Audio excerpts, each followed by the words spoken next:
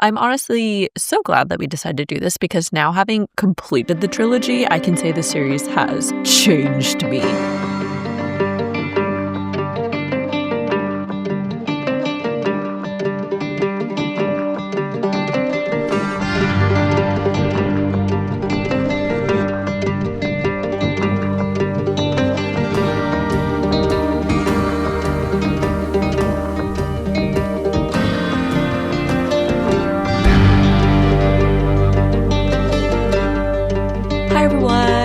Welcome back to the Book Fantasy Podcast. I'm Addison. I'm Lorraine, and we are two best friends who explore the world of fantasy through books, shows, and movies, but with a heavy emphasis on books. We're very excited to bring you our third book in the original Hunger Games trilogy, Mockingjay, today. Quick spoiler rating, since our Page in the Past episodes will be structured more as book reviews instead of chapter-by-chapter deep dives, that means we will have spoilers for the entirety of Mockingjay, as well as the first two books in the series, The Hunger Games and Catching Fire. But we will not be discussing the other two books in the Hunger Games universe, The Ballad of Songbird and Snakes, or Sunrise on the Reaping. Furthermore, we would like to remind everyone that this is an adult podcast where we will have adult conversations. Explicit language or potentially triggering topics may be discussed, so please be mindful of that and adjust accordingly. Housekeeping. We are deep in our Throne of Glass series coverage, and we're actually almost through Empire of Storms. If you are just tuning in for the first time and you like what you're hearing in this episode, then we highly recommend you check out our extensive catalog of Throne of Glass and Onyx Storm coverage. All of our deep dive episodes are spoiler-free, so they're perfect for acting as your book buddy while you read. Next, the following Page in the Past episode will cover the prequel to The Hunger Games, The Ballad of Songbirds and Snakes. All right, so as far as the episode goes, Addison will provide a quick book report to give a general summary of events. Next, we'll continue with some finer thoughts and reactions for each of the three parts, the Ashes, the Assault, and the Assassin. And then we'll give our overall rating and our favorite moments to close out the episode. With that being said, Addison, please give us the book report. With rage and despair, the last thing Katniss Everdeen remembered was firing an arrow into the force field of the arena in the 75th Annual Hunger Games. When she finally awoke from a drug-induced haze, she found herself underground in District 13. But only Katniss and Finnick were rescued from the arena. Joanna and Abaria and Peeta were all captured by the Capitol. Struggling with extreme trauma and distress, Katniss spent most of her days ignoring the rigid structure and routine of District 13 and avoiding the endless conversations about Katniss officially accepting the role as a symbolic leader of the revolution, the Mockingjay. Katniss eventually relents and negotiates for all of the victors to be granted immunity, hunting privileges, prim-keeping Buttercup, and the right to be the one to kill President Snow in exchange for officially becoming the revolution's Mockingjay. Katniss initially struggles with her Mockingjay duties because it turns out can't nobody tell Katniss Everdeen nothing. In an attempt to inspire Katniss, she is sent to the districts and put into real combat situations, which actually does the trick. The rebels continue to grow in strength, and in retaliation, the Capitol airs an interview with Peeta where he warns Katniss in District 13 the Capitol is about to bomb them. Everyone is sent far below ground to wait at the bombing, and miraculously no one is injured. But it is during the bombing that Katniss realizes that every time she makes a propo, Snow hurts Peeta even more. Unable to perform her Mockingjay duties, knowing what happens to Peeta as a result, Peeta, Annie, and Joanna are rescued from the Capitol. When Peeta arrives, Katniss races to see Peeta and reaches to embrace him, but instead, Peeta wraps his hands around Katniss's neck and almost kills her. It turns out that using Tracker Jacker venom, Snow fear-conditioned Peeta into believing that Katniss was a dangerous Capitol mutt. Unable to face Peeta, Katniss asks to be sent far away to help the rebel cause, so Katniss is sent to District 2, the Capitol's last military stronghold. Using the mountain to their advantage, the rebels use explosives to cause landslides that seal all but one exit for civilians to escape and surrender. Katniss is held at gunpoint and gives an awe-inspiring speech, and the man does put down the gun, but then another shot rings out, and Katniss Everdeen hits the ground. Katniss wakes up back in District 13 where she is informed that she is not included in any plans that involve taking down the Capitol, mostly because she refused to go to any of her military training. With only 3 weeks before the Capitol assault begins, Joanna and Katniss buckle down and fight for their lives to get through training. Katniss is successful and is assigned to the Star Squad with Boggs, Gale, and several others whose jobs were to be the face of the assault on the Capitol. They spent most of their time being filmed shooting empty buildings and broken glass, but things begin to go badly when Coin decides that Katniss is more valuable to her dead and sends Peeta to become part of their unit. Things go from bad to worse when Boggs is killed by a pod and transfers the hollow to Katniss. Katniss pretends that she's on a secret mission from Coin to assassinate President Snow, and so the group begins to make their way through the Capitol towards the president's mansion. The group faces heartbreaking losses, including the death of Finnick Odair. No. But Katniss eventually makes it to the president's mansion, where Snow had erected a human shield of children around the mansion. Silver parachutes are dropped, and as the children reach for them, they explode. Medics rush in to help the screaming and bleeding children, and Katniss recognizes Prim and calls out to her. As Prim turns and locks eyes with Katniss, the second set of bombs go off, killing Prim. Oh. I'm just going to cry this entire summary. Oh, that was sad. A traumatized Katniss spends her days hiding and avoiding confronting the reality of Prim's death. She decides to confront President Snow, where he reveals to her that it was Coin who orchestrated the parachute bombing that killed Prim. Katniss continues to grow more suspicious of Coin, and when Coin calls a meeting of the victors to vote on having one last symbolic Hunger Games with the Capitol's children, Katniss realizes that Coin is no better than Snow. The day of Snow's execution arrives, and Katniss is set to fire the last and final shot of the war, but in a jaw-dropping twist, choosing to reject another tyrannical ruler and ending the cycle of violence, Katniss kills Coin instead. Katniss is locked in a room for weeks while her trial goes on, but she is eventually exonerated and sent back to District 12 to spend the rest of her life. She becomes a shell of herself, sinking into a deep and never-ending depression, until Peeta eventually returns, and together, slowly but surely, they begin to heal. 20 years later, Katniss watches Peeta and their children play in the meadow and thinks about how she will explain what the world was like before without scaring them, and how she survived it. How on bad mornings, when it feels impossible to take pleasure in anything because she's afraid it could be taken away, she makes a list in her head of every act of goodness she's seen someone do. It's like a game, repetitive, even a little tedious after more than 20 years. But then she remembers there are much worse games to play. And that concludes the book report. Dang. I cannot believe she ended the book with that line. There are much worse games to play. And I was like, oh, that's chilling. It's such a good line. I still think about it. It's true, too. It's kind of sinister because you're like, when will the cycle repeat, if ever, right? No, don't say that. How dare you?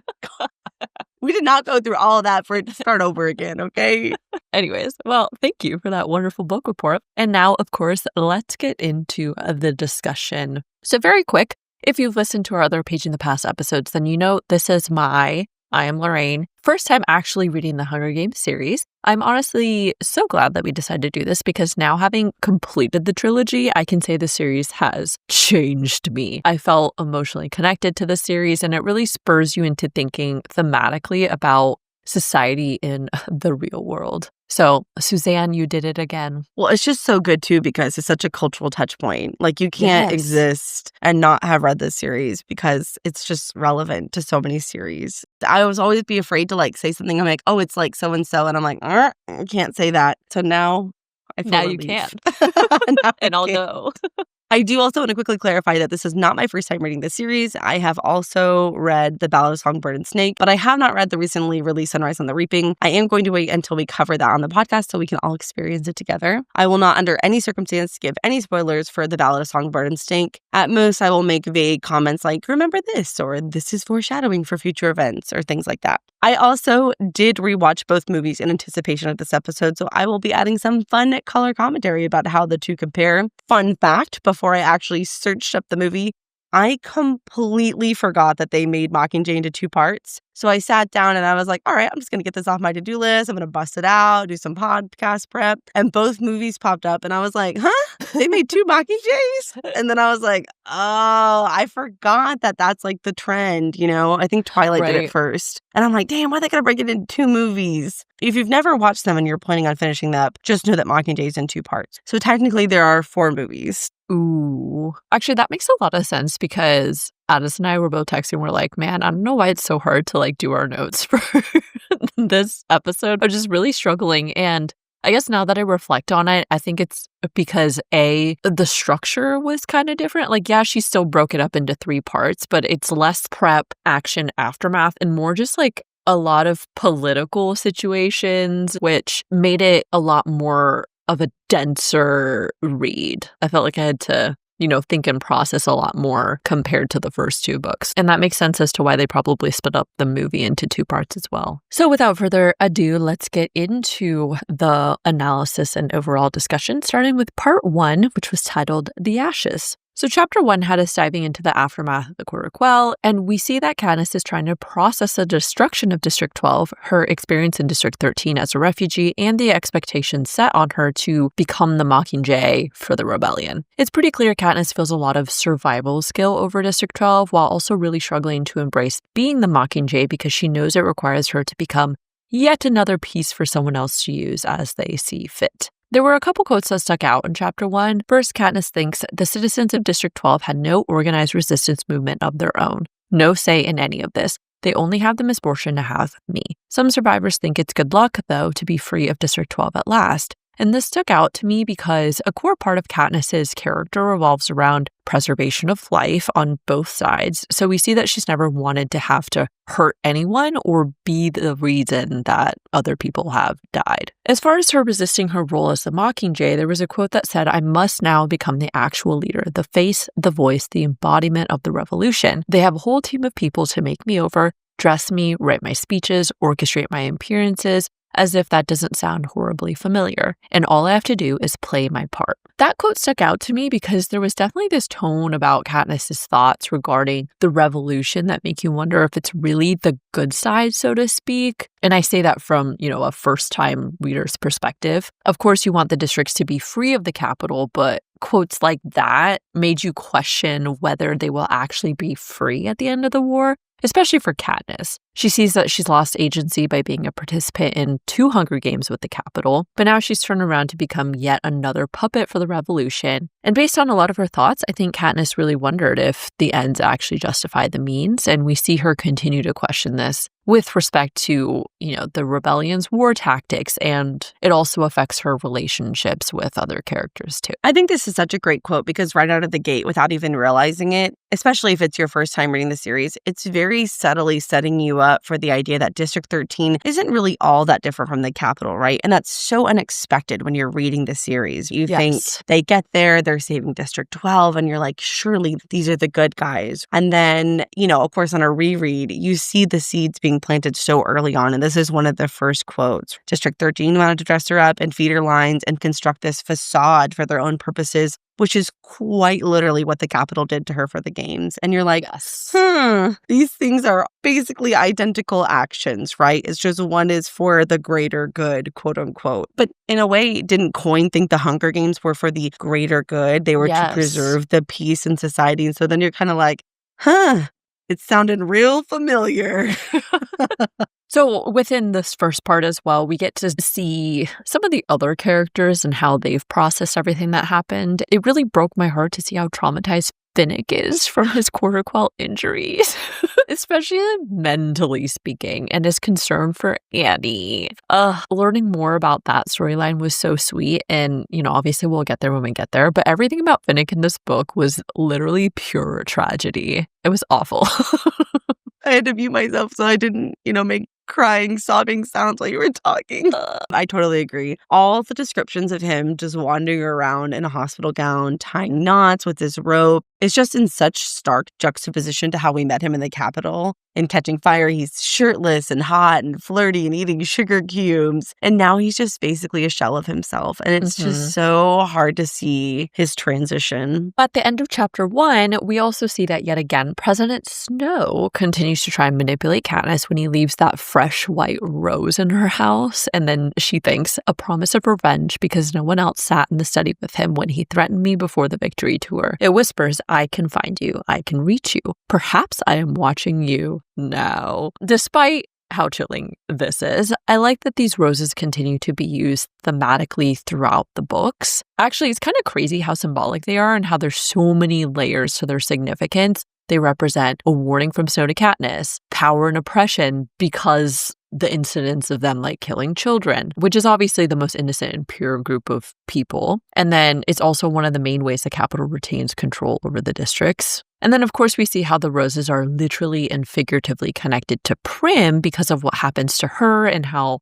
sparing Prim from the games is what spurred Katniss's entire storyline in the series so far. Honestly, this was a masterful, quiet foreshadowing on Suzanne Collins' part. She's really great with that throughout this series. And I hope y'all aren't tired of roses, because let me tell you, they come up a lot in Ballad of Songbird and Snake. I mean, considering roses are part of Snow's identity, it kind of makes sense. So if you guys don't know, Ballad of Songbird and Snake follows President Snow's life in his early days. I really loved how perfectly the roses fit Snow's character, and how roses by themselves seem like such a lovely and innocent thing, but somehow Snow has turned them into these like really sinister and ominous symbols and threats to Katniss. And even in the movies, every time Katniss picks one up, you can tell it's artificial. Something about, it being like genetically altered, it makes it more insidious. It looks like this lovely natural thing, but under the surface, it's been altered. There's a layer to that I think is really well done. Yeah, I felt like the descriptions of how they always smelled sickening to be really interesting, because you know how a lot of synthetic fragrances and stuff just kind of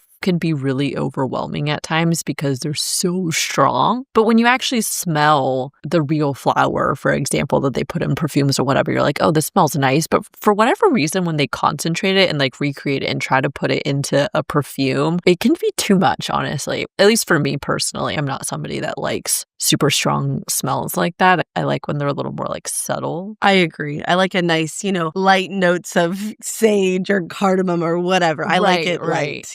I like it subtle. Yes. Never let them know your next smell. Okay.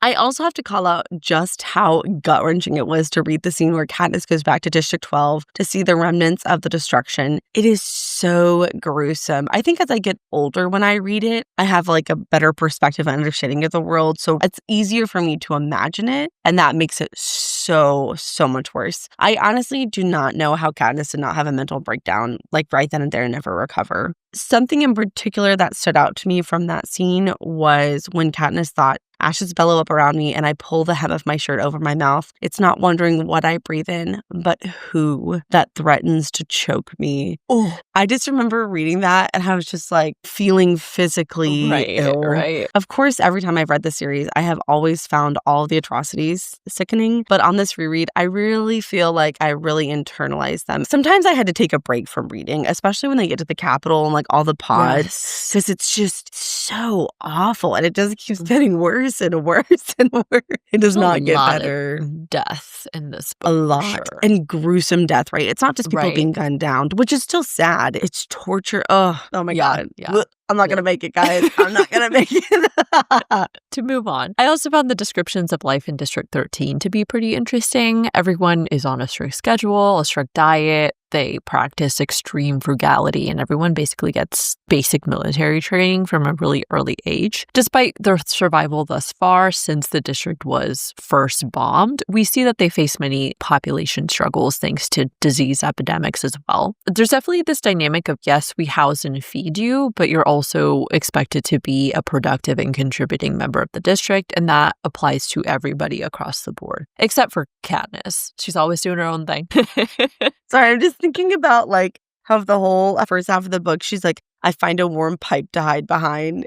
And everyone just knows this poor, sick girl in a hospital gown is just hiding in closets and behind plumbing. I don't know. It's not funny, but it's just a stark contrast to everything else that's going on. I kind of understand Katniss's feeling of being constrained with the strictness of the schedule and the lack of ability to go outside and wander, because in some ways, she was a little bit more free in District 12. Yes, like food was harder to come by, but her main focus was acquiring food, and as long as she could do that for her family, the rest of her time was mostly up to her. But in District 13, they plan almost all of your day out for you, and that is the price, quote unquote, of being housed and fed. On the other hand, I guess, what else do you expect in a district that is struggling with its population and also running a rebellion? Because everybody is ultimately needed to keep things running. So, in a way, I feel like there's this almost imperceptible undercurrent of expectation. Like, you owe us because we saved you. Yeah. And then once you find out that they suffered that pox epidemic and they're struggling struggling with maintaining the population, District 13's help, quote unquote, almost feels predatory in a way. And they also may just be projecting here because I think Coin is predatory and she's the leader of 13. Right. So it's kind of hard for me to separate that sometimes. Overall, I think the people of 13 are probably good people, right? It's just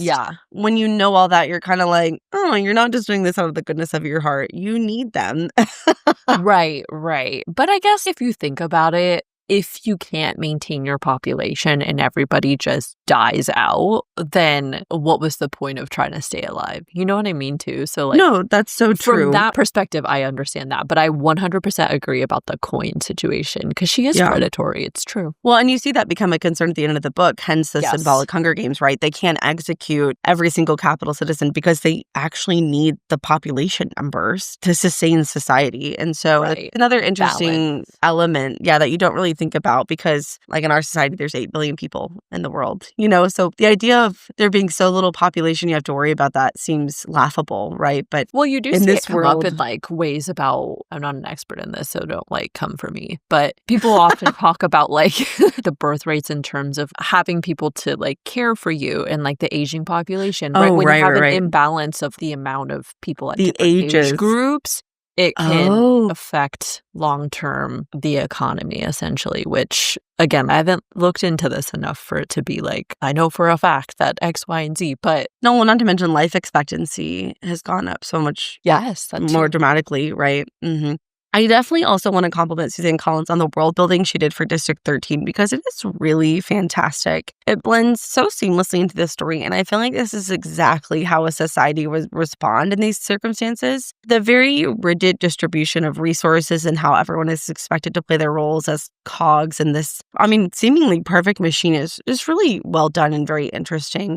And this is actually one of my favorite parts of the book, being immersed in what life is like in District 13. So I thought that she did a really good job with that. I also have to add, in Catching Fire, we meet Bonnie and Twill, who were 2 district refugees trying to make it to District 13. Once Katniss is there, she does ask about them in Chapter 1, and it appears that they, in fact, did not make it to District 13. So R.I.P. Bonnie and Twill. We talked about that in the Catching Fire episode, and it bothered me because I couldn't remember. I'm like, damn, Suzanne couldn't let that little, ray of hope. They couldn't have made it. But no, because nothing good ever happens. No, I remember discussing that very distinctly because I was like, oh, I wonder if they'll make it and they'll come up again. And you were like, I don't think they're going to be that important. Like, and it turns out they weren't. They probably died in the woods somewhere, just so you guys know. Okay. So looping sort of into this idea that perhaps neither side is really good because it's war, I found it interesting that Peeta's initial message from the Capitol actually expresses a similar sentiment that Katniss grows to understand later as well. On a first read, I was totally surprised to see that Peeta looked well, quote unquote, during the interview with Caesar, because on one hand, I was obviously relieved to see that he was okay. Honestly, I was like, oh my God, are they going to kill Peeta at the end of Catching Fire? I was like, is he done? I don't know. But then it was also sad because even now we see that he's still trying to protect Katniss by denying their involvement or knowing what the rebels had planned. And it's clear that the Capitol is using him, even if the worst of the torture hadn't quite started yet. Well, the worst part is you think Peeta's okay. He looks okay. Right. But then later when Katniss realizes there's no timestamp on that video and she realizes they probably recorded that like a day or 2 after the end of the games and it's been weeks, then you're like, oh no. That little shred of hope you had, you're like, oh, fuck. Tragic. But aside from that, I thought it was really poignant when Peeta ultimately says, whether you're on the Capitol or the rebel side, to stop for just a moment and think about what this war could mean for human beings. We almost went extinct fighting one another before. Now our numbers are even fewer. Our conditions are more tenuous. Is this really what we want to do? Kill ourselves off completely in the hopes that, some decent species will inherit the smoking remains of the earth? I feel like this obviously leads to a very interesting thematic discussion. Do the ends justify the means? Is freedom even possible? Or are they trading one lifestyle of imprisonment for another? Is war ever really worth it?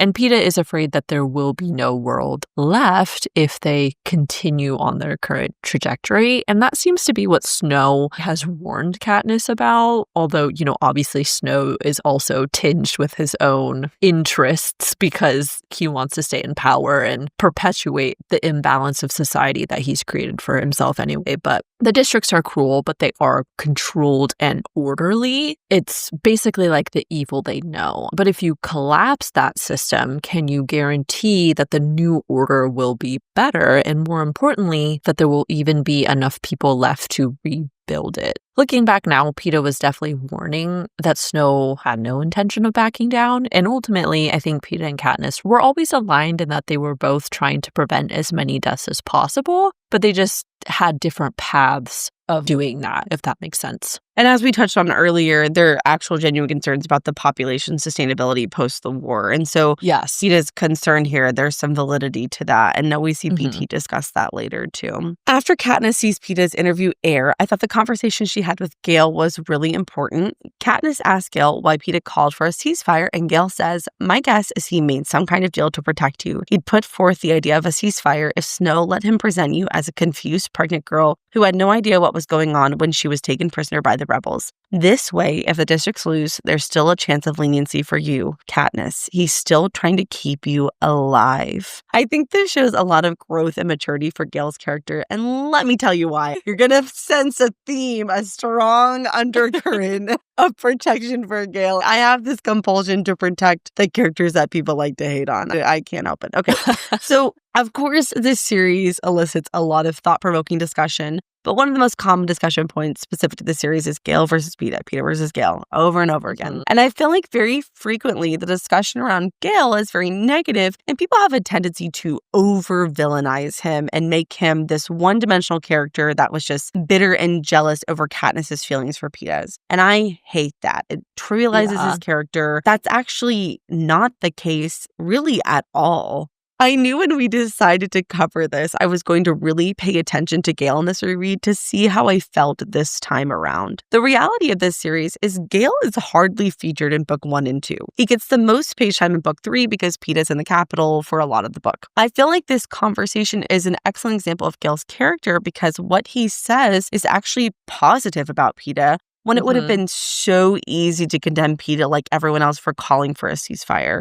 And I think this conversation is a reflection of Gale truly being a good and honest friend to Katniss in a time where she desperately needs that in her life. She really has no one and no support. And so you're going to get a lot of Gale talk from me. I'm just going to tell y'all to prepare for that now. Okay, but it's fair. It'll be honest and fair and balanced, but I'm going to keep it real.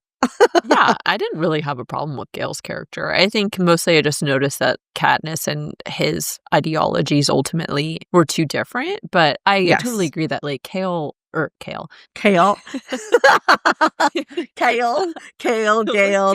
same. Gale. No, but what I was going to say is that like Gale, even though he could be super bitter about Katniss's confusion or like lack of making a decision about who she really loves and wants to keep close to her heart between Gale and Peeta, he doesn't do that. Like you said, he is defending Peeta in this case and pointing out that sure, he's calling for a ceasefire, but he's doing that because he's trying to protect you. You're still his number one priority. And so I agree. I think that was very mature of him to do rather than just be like, screw Peeta, how dare he say all this stuff? You know what I mean? So, yeah. So interestingly, this interview with Peeta and subsequent conversation with Gale is what makes Katniss realize they are still in the games with Snow and that the rebellion can't stop now because to lose would ensure their deaths and worse for the people that she loves. With this realization and her hatred for the capital, Katniss thinks images flash through my mind. The spear-piercing Rue's body in the arena, Gale hanging senseless from that whipping post, the corpse-littered wasteland of my home. And for what? As my blood turns hot, I remember other things. My first glimpse of an uprising in District 8, the victors locked hand in hand the night before the Court of Quell, and how it was no accident my shooting that arrow into the force field in the arena. How badly I wanted it to lodge deep in the heart of my enemy. And this is when Katniss decides to become the Mockingjay for real. I also found Katniss's conversation with Prim notable because Prim, I feel like, has matured tremendously over the past year. Her and Katniss's relationship definitely seems to have grown for the better now because Katniss actually confides in her and also takes her advice. I thought it was very wise of Prim to suggest that as the Mockingjay, Katniss is too important and could therefore make just about any demand. But she adds, how do you know that they'll keep their word, referring to the rebels? Katniss's thought process following this was also one of the earliest strong indicators that Katniss and the rebels are kind of at odds from an authority and goals perspective, since as we read, you see that Coin basically views Katniss as a threat to her power, but at this point in time, too important to get rid of. Prim's character is really very wise beyond her years, and as Katniss points out throughout the series, she had to grow up far quicker than any child should have had to because of the Capitol's treatment of the districts. I remember she has that really big thought about Prim that she's already experienced more suffering by the age of 12 than even Katniss had.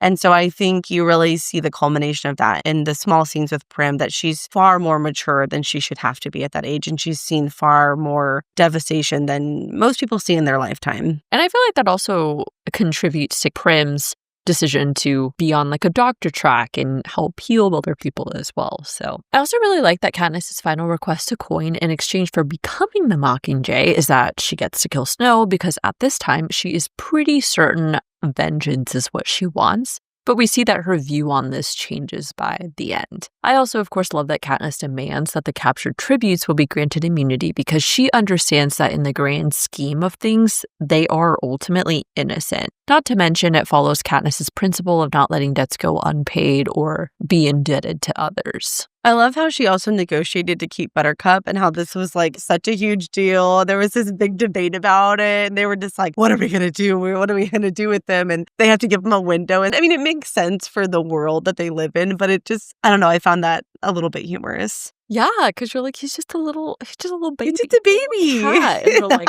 are we going to feed him? He needs to feed himself. Yeah. It's like, wow, guys, it's a cat. Even Buttercup has to pull his own weight. Okay, ain't no free lunch around here. Right. But the Buttercup thing in particular, oh my God, by the end, I was like, Buttercup! You know? And you're a dog person, so that really says something about you. Well, I love cats too. I just can't have cats because Ernie's kind of a psycho and he'll try to chase them and he's just too torture crazy. them. Pretty much. He's a mutation, okay, when it comes to the cats. He just goes after them and he can't stop. But no, I really love cats, and I actually miss having them. Secretly a crazy cat lady under.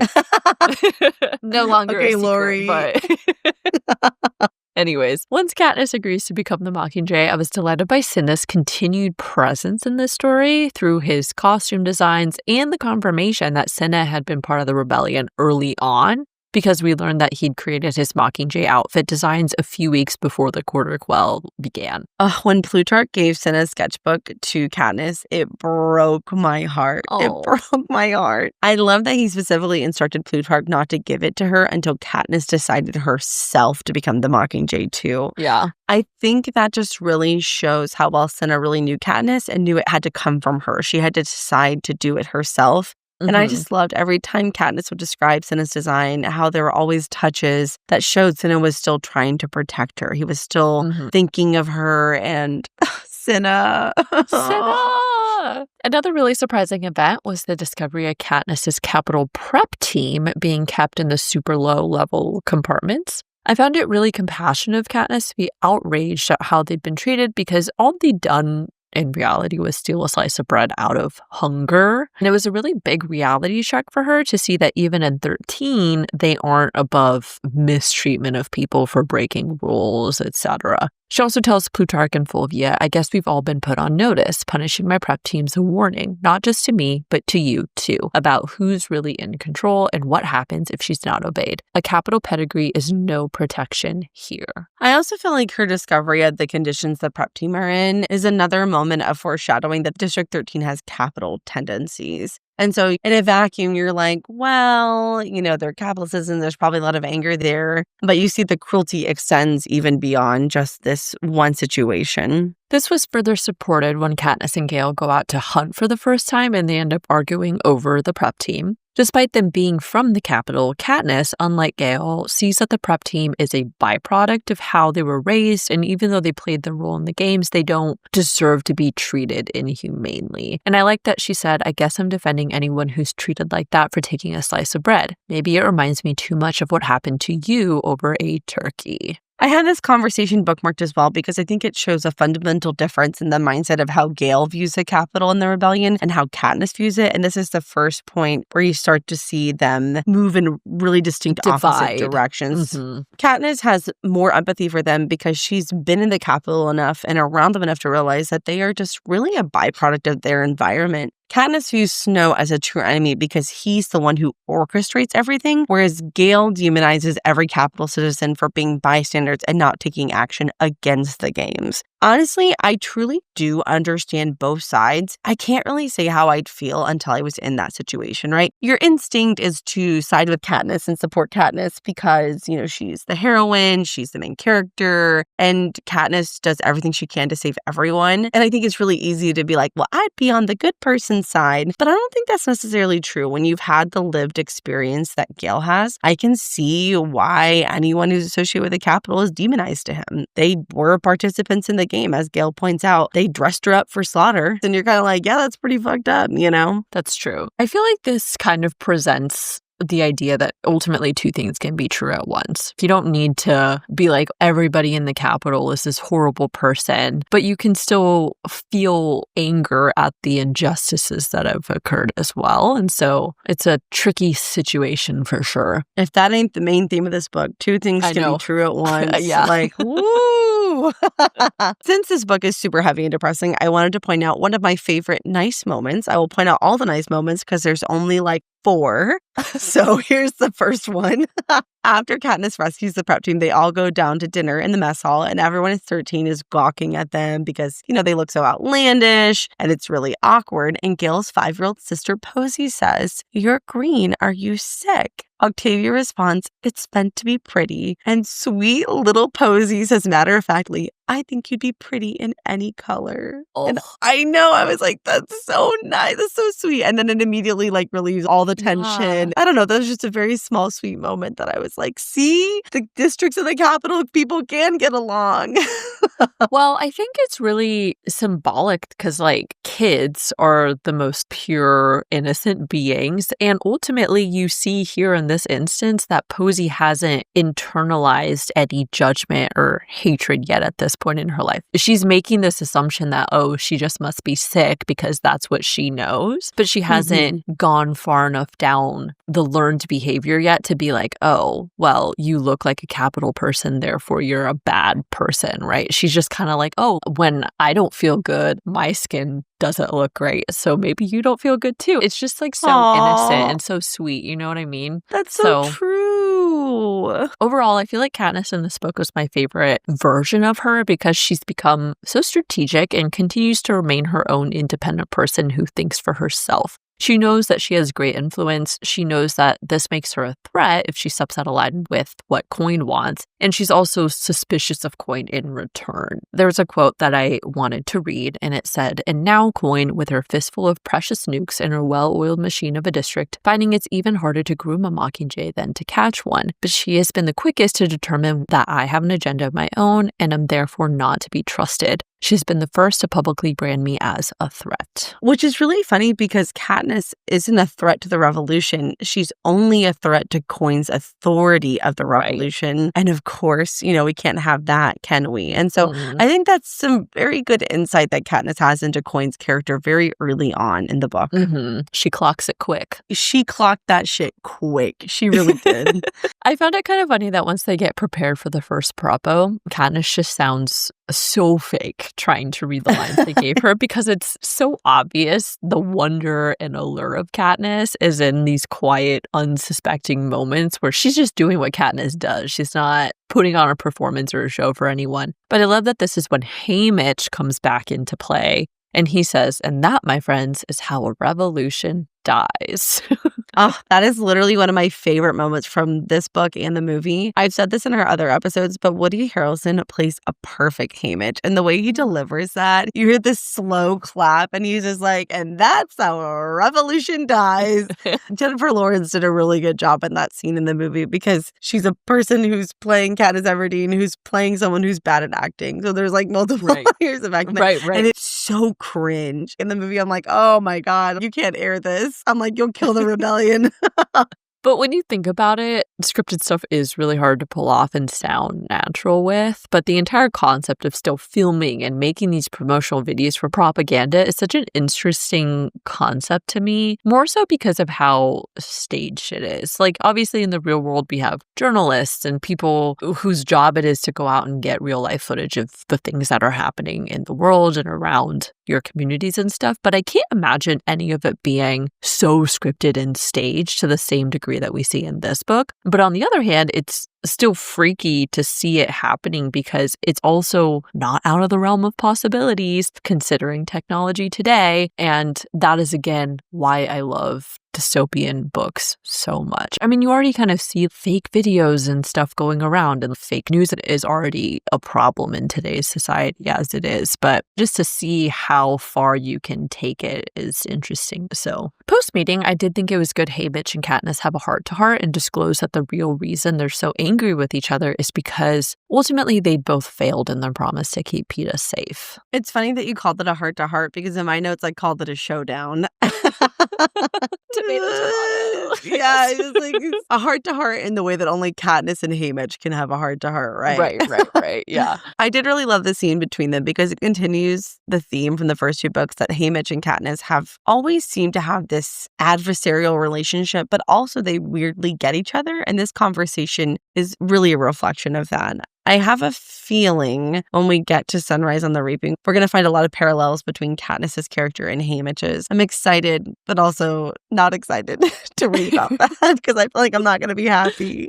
Yeah, I guess I called it a heart-to-heart because I feel like this was the moment where instead of them being so mad at each other and blaming the other person, they came together and reconciled why they're so upset. And at its core, they're not actually mad with the other person. They're mad at themselves for failing in what they promised. That's very true. So the second to last major event, I thought in part one, was when they go to District 8 to film live action footage of Katniss. But of course, she goes off script when the hospital gets bombed. I give Katniss a lot of props for her courage in this scene. And we even see that the soldiers like Commander Paylor are watching Katniss closely to see if she can handle the reality of what happens in war, and therefore if she actually deserves to be the Mockingjay. The hospital scene was kind of crazy because on one hand, I totally wouldn't blame Katniss for not being able to go through and see all of these injured people who she doesn't even know because it's just so gruesome and she's literally still so young and is dealing with a lot of trauma herself. I think she's still like 17 at this point, right? But on the other hand, there's a lot of pressure for her to maintain this image of inspiration and hope because that is what people in the districts and the rebels need to maintain their will to fight. And this scene was very moving to me on this reread. I found myself very emotional and teary-eyed while Katniss was connecting with each sick and wounded person. And I think it has something to do with their desperation, but also their hope when they see Katniss. And something about it was really moving on this reread, more so than other times when I read it. I like this moment because it serves as this solidifying event where Katniss is now not only accepting, but owning being the Mockingjay and therefore, accepting that she's now fully part of the rebellion. She thinks, I have had thousands upon thousands of people from the districts at my side. I was their Mockingjay long before I accepted the role. I think something else that was important is that in this moment, she sees the physical impact of her being the Mockingjay on people like in real time. Because prior to this, she was told that she was a symbol and she's filming propos, right? But she hasn't had face-to-face experiences with people very much. And to see like the physical effect that she has on people. So I felt like this was another confirming or solidifying moment for her in that sense. Last but not least, I love that when the Capitol conducts their raid on District 8, Katniss and Gale leap into action and immediately choose to stay and fight rather than run back to safety. And I really liked your quote at the end of the chapter when Katniss says, "This is what they do, and we must fight back." President Snow says he's sending us a message. Well, I have one for him. You can torture us and bomb us and burn our districts to the ground, but do you see that? Fire is catching, and if we burn, you burn with us. Oh, such an iconic moment for the whole series. I feel like it actually may be probably one of the most iconic in this book and movie. I think it may only be second to I Volunteer as Tribute or May the Odds Be Ever in Your Favor. I think Fire is Catching is pretty high up there on the list of truly memorable lines. I love it. And catching fire, it connects to like the second book's title and everything too. So So the final event I wanted for us to kind of touch on was Katniss singing in the hanging tree to the Mockingjays in District 12. And then that final interview with Peeta when he gives the warning 13 will be bombed. The whole scene was really symbolic because on the surface, it sounds like it's a folk song about a man trying to escape execution for murder. But in the context, you can also look at it as a symbol of the rebellion in terms of defying authority and choosing to die to escape a corrupt system. As Katniss reflects on this song, she finds herself empathizing with the murder man because in a way, she'd done kind of the same thing in her first games with the berries. Ultimately, the whole song in the footage of Katniss they get is impactful because it reinforces that for the rebels, they'd rather die trying to gain the freedom than live under the current circumstances. Hanging Tree is such a good song for all of the symbolism you mentioned, and I thought the movie rendition was actually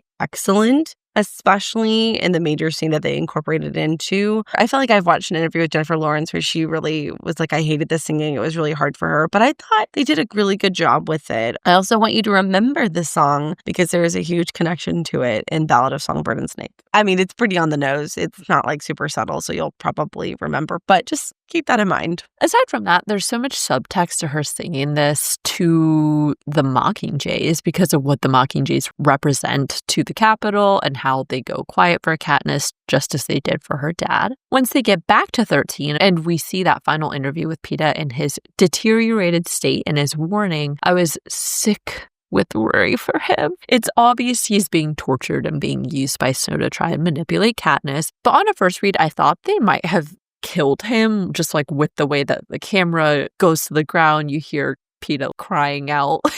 And there's then blood. And obviously he'd done something that they didn't want him to do, which is to warn 13 about an incoming bombing. And then this was like the actual like quote to end the chapter. It said, "The impact of the blow that's inseparable from Peeta's cry of pain and his blood as it spatters to the tiles." And I was like, oh no, Peeta's done for. Oh no.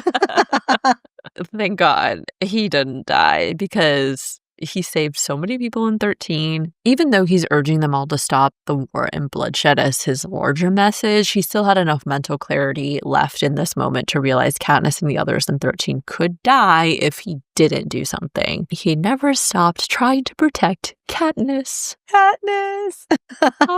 So that ends the discussion of the main events from part 1. And now we just have a little bit of character analysis to do within this first part as well. Starting with Katniss, at the risk of sounding cliche, I feel like in this part of the book, this is where Katniss begins to realize that the only person she can truly trust is herself. I found this quote really impactful both for Katniss's character as well as thematically for the book overall. It says, "Another force to contend with, another power player who has decided to use me as a piece in her games. First, there were the game makers making me their star and then scrambling to recover from the handful of poisonous berries. Then President Snow trying to use me to put out the flame of rebellion, only to have my every move become inflammatory. Next, the rebels ensnaring me in the metal claw that lifted me from the arena, designating me to be their Mockingjay, and then having to recover from the shock that I might not want the wings. And now Coin, finding it even harder to groom a Mockingjay than to catch one." I know this is a really long quote, but it really shows you how many times Katniss has been utilized by someone else for someone else's agenda. From the moment she was raped, that's what her life has been, is moves and counter moves, people trying to use her for their own designs and their own purposes. And so seeing it all spelled out like that just makes you realize how fucked up Katniss's life has been. And so when you think about that context and you think about Peeta, who truly just wants Katniss to be herself, he doesn't want her to serve some greater purpose or do anything, it really warms you up. Because even Gale, there is this slight pressure where he wants her to buy into the rebellion. And yes, it's very subtle. It's nowhere near like what Coin or anyone else does, but I think even Gale wants something from her. And Peeta really just wants Katniss to be herself. Right. Despite that, though, I like that Katniss realizes that she has power and influence, and she starts to strategically use that. For example, her making the demands to get Buttercup, granting immunity to the tributes, and just all of her demands that she made in return to become the Mockingjay. In a perfect world, you wouldn't have to worry about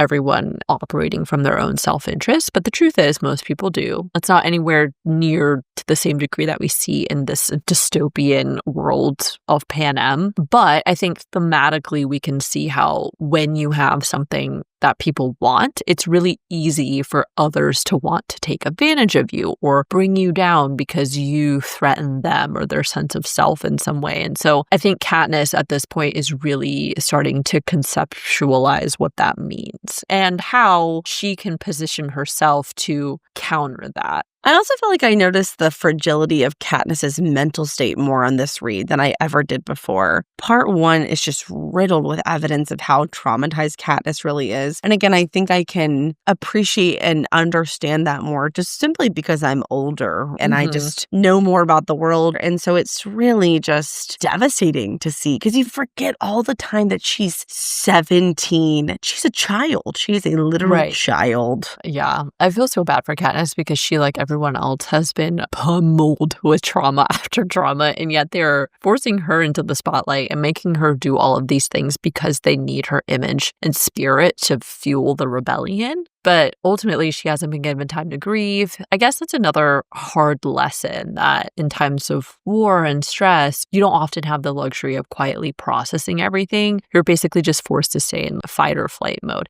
And I think that's true that even as an adult, you have responsibilities and things that you have to keep doing. It's not like you can just always be given the time that you actually need, which is really sad. Obviously, people should get help when they are struggling and get the time that they need to process and recover from those things. But often in real life, that's just not how it works out. You know what I mean? So Now, to move on to Gale, since he becomes a much more prominent character in part 1. As I mentioned earlier, I was reading this with intention this time, and I was specifically looking for things Gale did wrong or right. And I gotta be honest, I didn't find that he did anything wrong in this part. Also, for what it's worth, I think this is the most page time we get with Gale and the most insight into his character. I think people forget that Gale is a literal fucking hero and saved hundreds of people from District 12. And more importantly, that Gale has also been through unfathomable trauma. He has literally just witnessed his entire life, everything and everyone he's ever known burn to death and is now a political refugee. I think all things considered, he's handling it remarkably well. And despite all he's been through, I think he is ultimately a good friend and support person for Katniss during this time. Keep harping on this. People really villainize Gale, and I think it's very unfounded, but also they forget what he's been through. And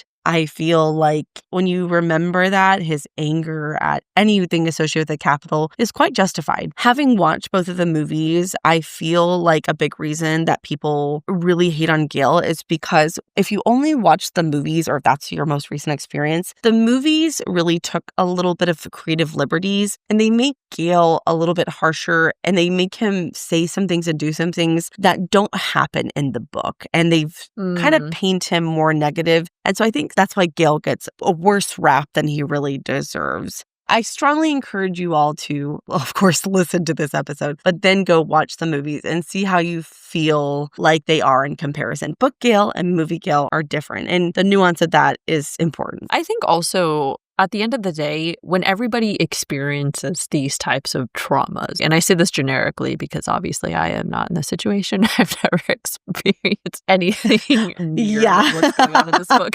But everyone processes and has different reactions to these types of events. And so there's no one right way to internalize or process the stuff that happens. So I agree. I actually really like seeing more of Gale and getting to know his personality and worldview since, as you said, we really haven't gotten much from him in the first 2 books. I feel like in part 1, you did see a few prominent things. Number 1, he still, of course, loves and cares for Katniss and honestly remains very steadfast in his support of her despite her not being able to express the romantic interest that he wants from her. I also appreciate that he is honest with her and doesn't try to sugarcoat his feelings or the truth either from her. Of course, that trait also comes at a cost when he hides the fact that he'd seen the second to last interview of Peeta from her because he was supposed to be the one person who would always tell her the truth. The second thing, you also see a clear distinction in Gale's ideology. And that difference is a big part of why I think Katniss ultimately can't love Gale romantically. When he questions Katniss about why she cares about the Capitol Prep team, and then when they discuss using the special weapons that BT had designed, you really see that Gale harbors a lot of anger toward the Capitol. And he believes so thoroughly in the rebellion's cause that he thinks it's perfectly justified to do whatever is necessary to win, because from his perspective, everyone who's lived and supported the Capitol has been complacent in the oppression of the districts. And as you said, I get that. Who am I to be like, no, you can't be angry or you can't want revenge when you watched your family die as a result of systems that the Capitol has put in place. So, all right, moving on to Coin. In this first part, before we get the first scene with her, I initially felt that she was just this cautious and frugal leader, given the strict schedules and the diets that District 13 has. I was like, oh, she's just doing what District 13 is. Once we get more interactions with her, especially when we actually meet her for the first time, it becomes extra clear that Coin is not some beloved, compassionate leader. She has her own agenda and green lights many actions that are really no better than what President Snow does. She's just as willing to use threats and manipulation to further her cause. For example, locking up the prep team and then her publicly declaring that should Katniss fail in her Mockingjay obligations, that immediately nullifies her agreement and she'd be subject to whatever justice District 13 decided. That positive possibility about Coin was immediately diminished very quickly. So I was like, did that last for like 3 seconds? Yeah. Basically. Well, and actually in the movie, in the beginning, they even make her a little bit nicer. And by the way, Julianne Moore did an incredible job of playing Coin. But when Katniss first meets Coin, Coin's like, welcome. We're so happy to have you. We want you to rest and get well. We've known loss here too. And so I feel like the movie even tries to paint her like a little bit nicer than she actually is, because she's very matter of fact. She's very efficient with her interactions. Yes. Anyway, Coin is such a great and unexpected character in this series. Each time I read the series, I get a little more from her scenes. Her very calculating nature is very subtle in part one, but when you know how it ends and you're rereading it, all of her actions really start to make sense in that context. And it's even more interesting to read because you pick up on how all of her interactions are laced with this disdain for Katniss and the power that Katniss has. Oof. Yeah.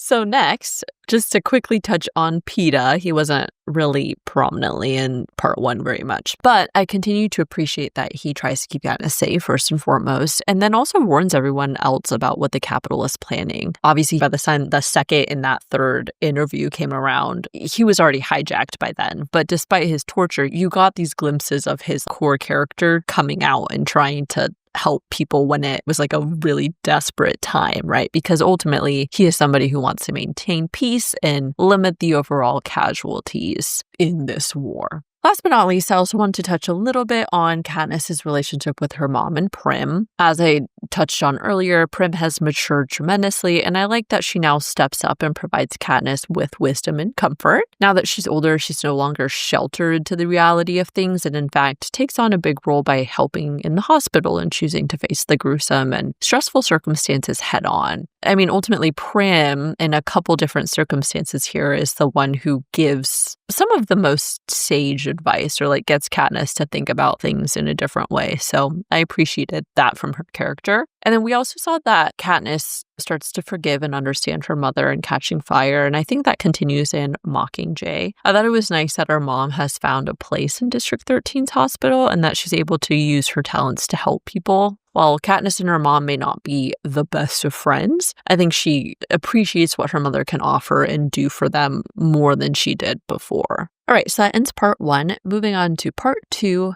the assault. One of the most striking things about Peeta's warning was seeing how affected Katniss was by what happened to him, and it said, "I am an A-box choking on my grief."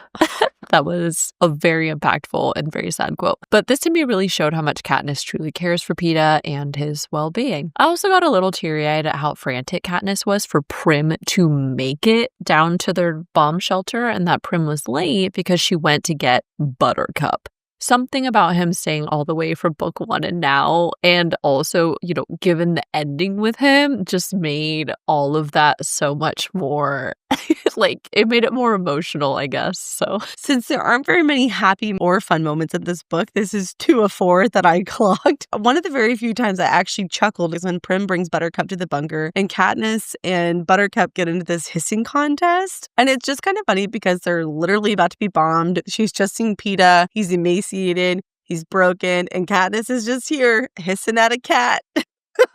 I used to have cats. And so then the way Buttercup plays Prim, he's like, ew, and he gets all helpless. And he looks at Prim and he's like, she's being mean to me. And Prim is like, Katniss, don't tease him. He's just a baby. Yeah. Right. And I could just picture Prim snuggling Buttercup and Buttercup looking at Katniss and basically giving her the middle finger, being smug as hell. It's just so funny to me. Also, despite the tense situation between Katniss and Gale, I appreciate that Gale, still looks out for her and brought her the medical supplies and also her game bag from their room. And that's why he was late making it down to the bunker. Of course, I noted that as well, because once again, demonstration that Gale cares about Katniss and he knows that she has so little left of her father, so losing those items would truly be devastating for her. Next, I found it notable that among the things in the game bag, she has kept the pearl that Peeta gave her because I feel like it's remained this enduring symbol of Peeta's love for her and Katniss's memory of who Peeta is and what they have with each other. Just as a side note, I'm actually really surprised she never showed the pearl to Peeta to help him remember the truth. And honestly, I wondered why that is. Did she feel like it would be cheating to give him that object and be like, hey, remember this? Or was it too painful for her to see Peeta so differently that she harbored the pearl as a nice memory that she didn't want tainted if she showed it to him and he reacted poorly? That's actually a really good question and something I never thought about before. My best guess would be that she didn't really have time to try that because she spends almost all of her time trying to avoid Peeta. And then she gets sent to District 2. And not only that, she's likely very afraid that it's a memory the Capitol has tampered with because remember, him giving her the pearl was on camera because it's during the games. Oh, that's right. So it's very possible that she's afraid it will actually set him off. Okay. Cool. Cool. Got it. Clocked it. Yeah. So once the missiles from the Capitol do actually strike District 13, I found Katniss's convo with Prim really impactful. I like that Prim has a very calming presence despite everything that she's experienced. Prim tells Katniss that there was nothing left to miss anymore about home, but she's hopeful to have the opportunity to be trained as a doctor if 13 survives. It's crazy that being able to choose a career is such a privilege without the Capitol dictating what jobs you can pursue or have access to. It was also very wise of Prim to point out that Snow wouldn't kill Peeta because Peeta is his leverage to hurt Katniss and control her. However, she does believe Snow will do, quote, whatever it takes to break Katniss, which is very sinister as a whole that Snow decided to distort Peeta's memory of Katniss because in a way, Peeta's ability to see through Katniss and love her despite her being typically this unlikable person to many people is, I think, a big part of what endeared him to her in the first place. And then, to touch back more on Buttercup, I didn't think I'd end up getting so attached to him, but it really warmed my heart to see Katniss play light tag with him to entertain everyone in the bunker. If you've ever had a cat or played with one,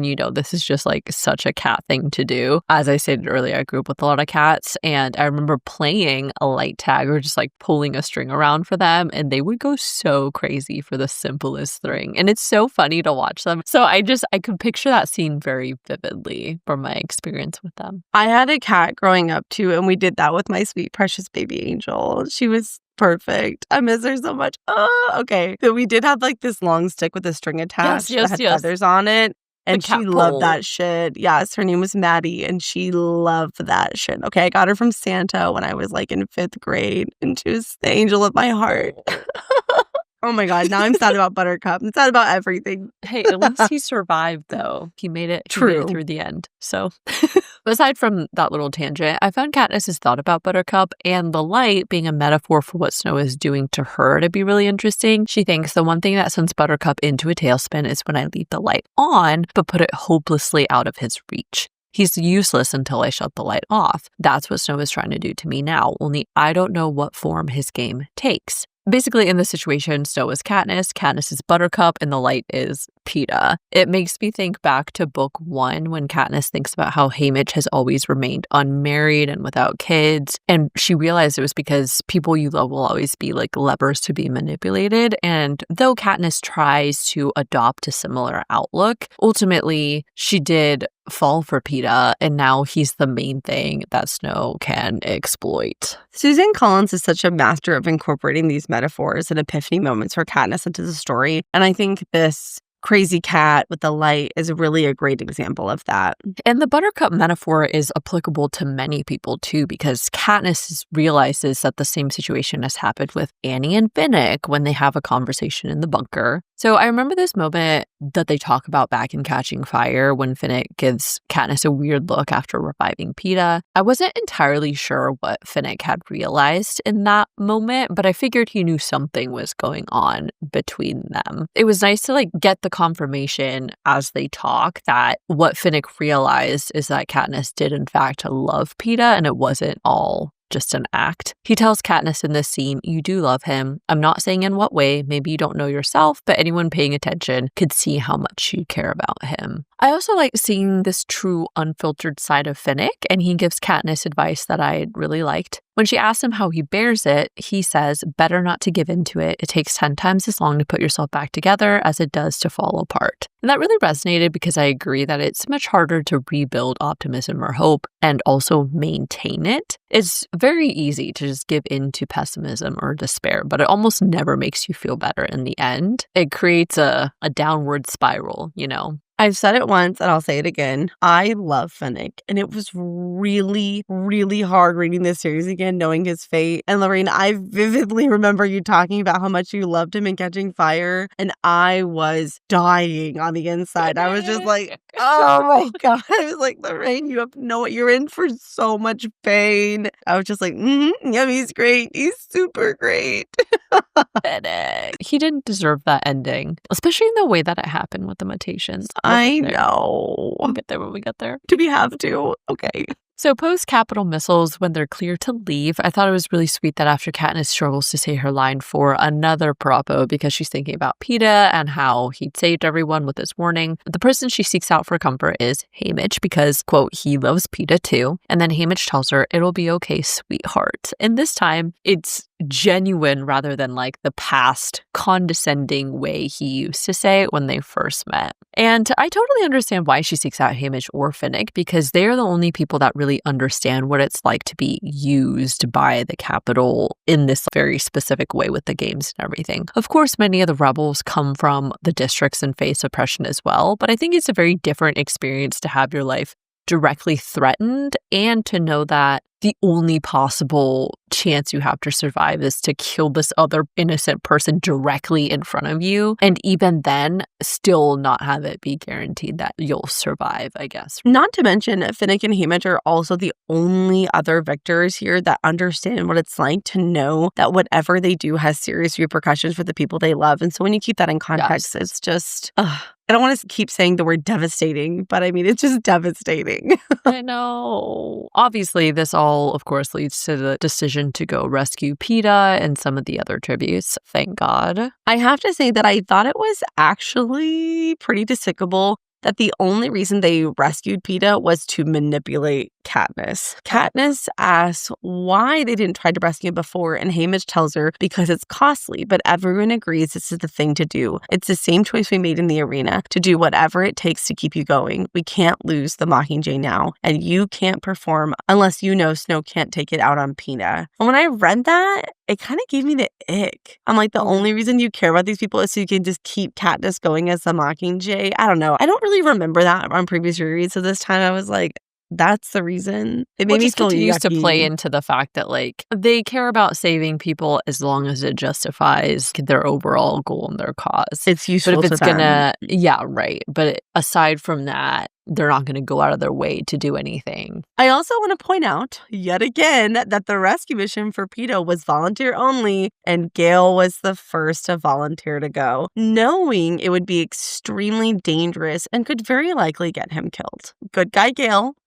Good guy, Gail. I mean, he's literally going to rescue his romantic adversary. So True. honestly, this is the point where I found myself with a continuing growing respect for Gail. Again, I touched on this earlier, but like this part in the movie especially is where they kind of make Gail seem a little more villainous. Like in one scene, he's like, I would never say that. PETA has damaged the cause. And he's really harping on PETA. And then like the next scene, he's going to rescue him. And I feel like that's a little bit disjointed from the narrative of how it actually happens in the book. So then I got a ball in my feels when Katniss tells the story of how she met the boy with the bread.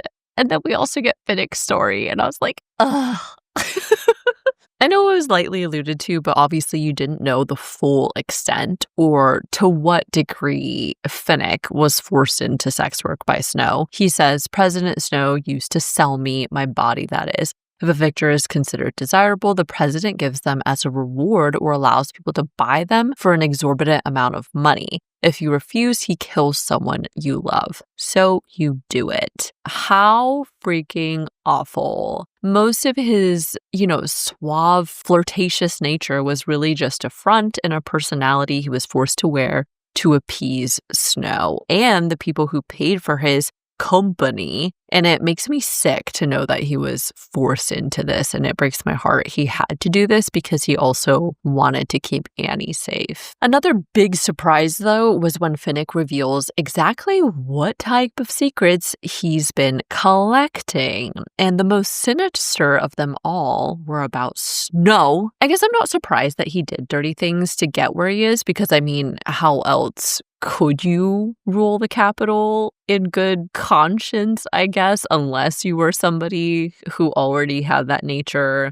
But I am a little shocked by the volume of his murders, it seems like. And also, when did he start doing all of this? How early on in his career did Snow start assassinating people to get where he is, That's a very interesting question, one that will likely be explored in Ballad of Songbird and Snake. So just remember this conversation, remember these thoughts, because they will be touched on in Ballad of Songbird and Snake. That's all I'm going to say. Within this, we also get a little more context about Haymitch when he tells Katniss his mom, younger brother, and his girl, quote unquote, were all killed 2 weeks after he was crowned victor for his force field stunt in his games. I'll also make an example of what could happen to a victor who caused problems. Literally, no wonder Haymitch drinks. I mean, hell, I'm surprised Finnick didn't develop a substance abuse disorder from what he's endured too. This just makes me really want to get Sunrise on the Reaping to get to Haymitch's story, so I can finally read all of the game's experience and like the post-games impact of that experience as well. Oh, I agree. That's another thing I was on high alert for this reread, were really any details about Haymitch and just his character development and things he says in general, because I have a feeling retroactively after reading Sunrise on the Reaping, I'll be like, oh, this makes so much sense. Oh, this is so heartbreaking. So I'm very excited to read Sunrise on the Reaping. So after this, of course, they go on the rescue mission, and then PETA, Annie, and Joanna were successfully rescued. I teared up when Finnick and Annie get to unite, but then the delight of that was quickly shut down by PETA. His reaction to Katniss. The fact that he literally attacked Katniss because he's been hijacked. It shocked me because I genuinely thought he was going to be, banged up for sure. But this was on another level. Snow literally turned PETA against her because he knew that losing PETA's love would be so much worse for her than just seeing him in bad physical and mental shape. Yeah, actually, this is one of the things I feel like the movie did, I don't want to say a better job in, but when they're taking over the airwaves during the rescue, Katniss actually is like trying to talk to President Snow, and he comes on camera. They have him say, it's the people you love most that will destroy you. And he says, and I want you to remember I said that. And so then the very next scene is her going to see PETA, and PETA, strangling her and everything. That was a nice cinematic touch that the movie added that obviously didn't happen in the book. But this scene was so painful to read. Knowing what happened to Peeta had me physically recoiling in my seat during this part because Katniss's hope is just so pure. And she's thinking about how he's reaching out to her to hug her or kiss her. And there's just this split second where you feel this burst of joy about to ignite. And then it's just decimated in a heartbeat. And you're like, what the fuck did I just read? I mean, even knowing it, I'm still like, oh. And so I would give anything to relive that moment for the first time because it's just so unexpected. The movie does a good job of portraying really the brutality of that moment. And then it's so hard because you're seeing Peeta, the boy with the bread, turn into this unwell killer. Deranged I mean, honestly, killer, deranged. Yeah. Yikes. Yikes. On a little bit more of a positive note, Prim for the win, because I love that she tells Katniss there's a chance that the old Peeta, the one who loves you, is still inside, trying to get back to you. Don't give up on him. Because it's true. Peeta just needs the love now. Peeta! So next, I didn't quite make the connection on a first read, but when Katniss goes down to special defense, we get some foreshadowing for the whole silver parachute trap that kills the Capitol children at the end. Looking back now, this was a clear indication that using something essential or known was going to be a trap that the rebels employed. It said, this is what they've been doing, taking the fundamental ideas behind Gale's traps and adapting them into weapons against humans. Bombs mostly. It's less about the mechanics of the trap than the psychology behind them. At some point, Gale and BT left the wilderness behind and focused on more human impulses, like compassion. A bomb explodes. Time is allowed for people to rush to the aid of the wounded, then a second, more powerful bomb kills them as well.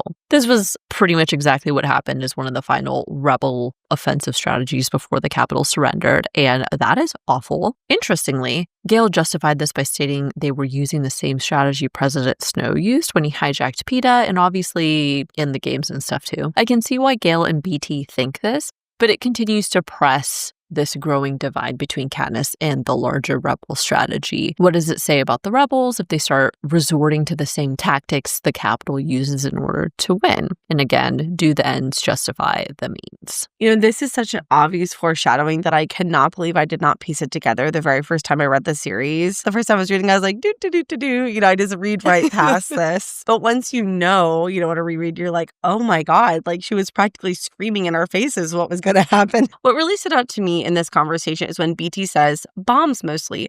It's less about the mechanics of the traps and the psychology behind them. Booby trapping an area that provides something essential to survival, a water or food supply. And I could not help but think this sounds exactly like what the Capitol did during the Hunger Games with the cornucopia. Right, yes, putting all the food, water necessary to survive in a centralized area to facilitate more danger and violence because it preys upon these human instincts for survival. Right. That's the exact scene that I thought about, and how like Foxface figured out how to get around all the bombs and all that stuff. And so, oh my gosh. Yeah. Twin. Crazy. So another large event was the mission in District 2, which was the last district still holding out against the rebels. I found the kiss scene and the conversation between Gale and Katniss to be notable, and I did feel bad for Gale. It's clear he really loves Katniss, but he can definitely tell she just can't fully commit to him in the way that he wants.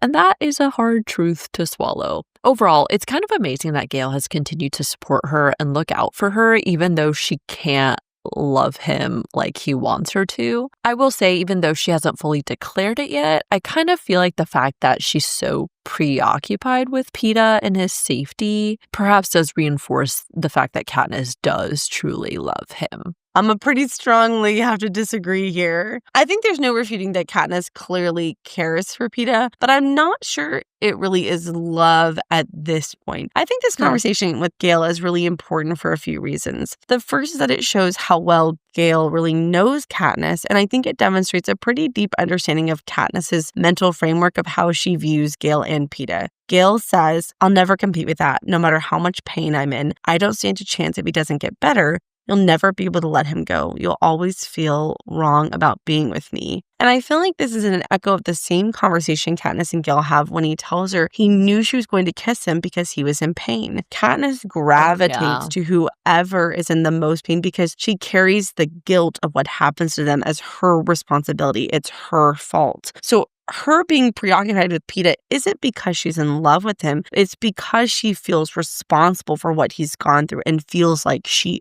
owes him for his suffering. I do think she cares for him. And I think there is a sprinkling of romantic feelings that she has not been able to disentangle from everything else. But I don't think that's the foremost reason that she feels that way. That's fair. I guess, overall, the reason she even started kissing Gale is because she was trying to forget about Peeta, though, because she was worried about his safety. I think Katniss is just trying to feel something. I think she's just confused. True, and a little part of her is like, let me try kissing him and see if something ignites. Because, Katniss has no romantic experience prior to the games, right? She doesn't know what love is supposed to be like, what romance is like. And I think she's just been through so much that it's just, I don't know. So speaking of Gale, though, I did a little 180 almost when his suggestion to bomb the nut is the prevailing decision, though they decide to leave the train tunnel open. I feel like it's become much more clear that while Gale does believe in the rebel cause and wants the districts to be free of the capital, I think an equally, well, I'm not going to say equally large, but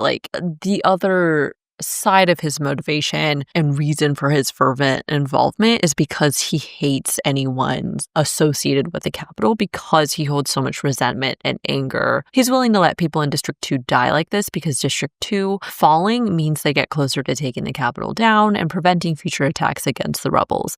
And that differs from Katniss's feeling that even if District 2 is an enemy to the rebel cause, ultimately District 2 is just another insidious example of the capital's distortion and propaganda. But she still doesn't feel that means they deserve to be mass murdered. Gale gets a lot of hate for this moment, but I think context, as usual, super important. Besides watching his best friend go into the games twice, he watched everyone and everything be destroyed and burned to ash in District 12. And you think of the description of the decomposing bodies and how he watched, not that it should matter because, humans are humans, but watching children burn alive, right? The fear, the panic, not to mention the loss of his father in the mines at the hands of the capital, watching his mother work to the bone, his little brothers and sisters slowly starve to death. All of these things have shaped who Gale is. And so I think revenge and a lack of compassion is a very natural response, right? There's this, well, you didn't give a shit while we were all starving to death, so why should I care if a few, dozen civilians get stuck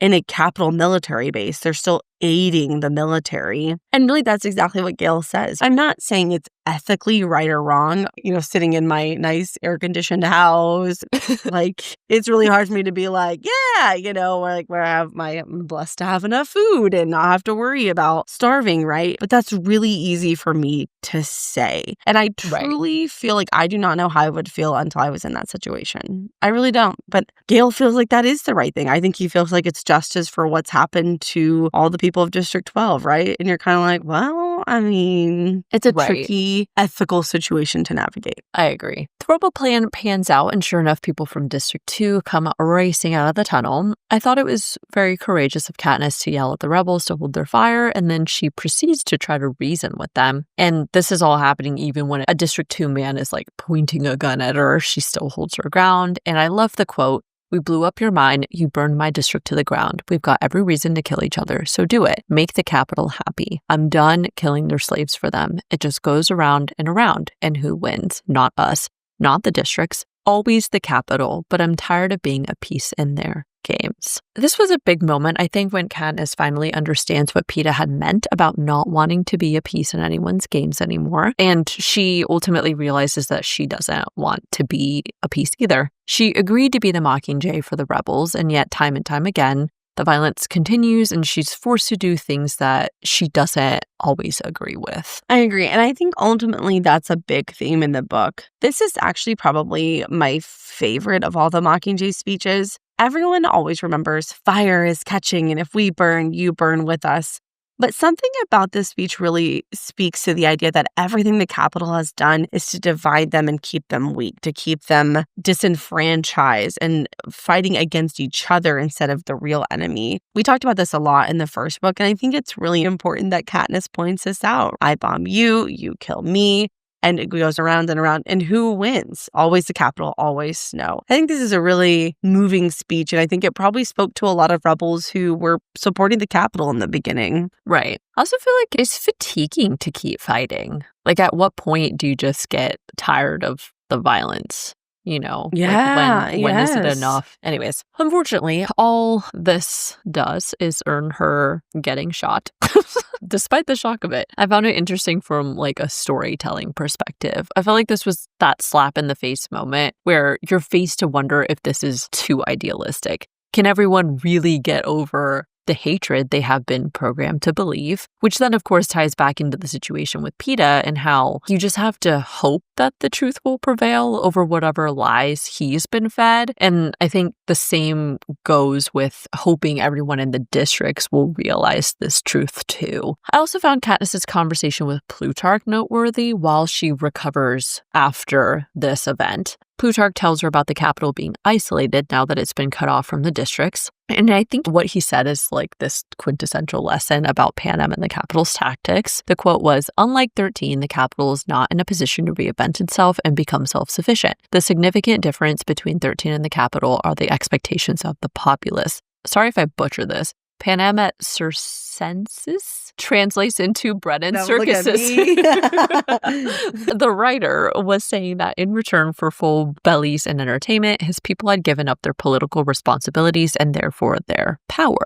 I like this explanation because it really clarifies the rise of the capital's people and power, but it also demonstrates how the capital can lose power as well. As long as the capital could keep people distracted enough, they wouldn't realize or care too much about what's really going on, or the fact that they as a populace no longer have autonomy and control either. All the power was concentrated to President Snow over time, but by stratifying out wealth and outsourcing the labor and resources to the districts, this was also, I guess, Achilles' heel of the capital because they created a dependency that, if disrupted, would inevitably lead to their own demise. Damn, drop that knowledge on us, okay? You can't speak Latin, but you can analyze. So, post all of this gruesome horror, I think one of my favorite moments in the book so far was Finnick and Annie's wedding. It was so cute to see everyone come together to celebrate and also just see the happiness and joy that Finnick and Annie have with each other. We also see that Katniss gives Annie one of the dresses Cinna had designed for her and Peeta's wedding, and the fact that Peeta was the one to make their cake. It was all these small touches and contributions from everyone to make it come together that made it so sweet. I know. I agree. It was so lovely and just very heartwarming, but also really hard to read when you know what happens to Finnick. And I know I keep saying that, but I'm telling you guys have got to reread this series. If this is your first time you're listening with us, but wait a little bit and go back and reread it. And it's just such a different experience. I feel like this scene should also come with a huge, big warning that says, caution, this will be the last time that you ever feel joy in this book. After this, it's just tragedy after tragedy after tragedy. It does not get better. It only got worse from here. So to get back to a little bit of the joy for a moment here, though, there was one quote I really loved about Finnick and Annie after the wedding. And it said, "Finnick's real charms of self-effacing humor and an easygoing nature are on display for the first time. He never lets go of Annie's hand. Not when they walk, not when they eat. I doubt he ever plans to. She's lost in some days of happiness. There are still moments when you can tell something slips in her brain and another world blinds her to us, but a few words from Finnick call her back." This part had me really physically crying because they are finally reunited and then they get to actually be in love and express their love for each other since Finnick is no longer obligated to do anything for Snow. Then I got really sad writing this because, of course, things just cannot stay happy for them. Finnick is just a gem of a human, and I hope he gets treated like a king in the afterlife. That's a really nice thing to say, but I'm mad at you for saying it because, honestly, you said it first. You said this whole section should come with a big caution warning.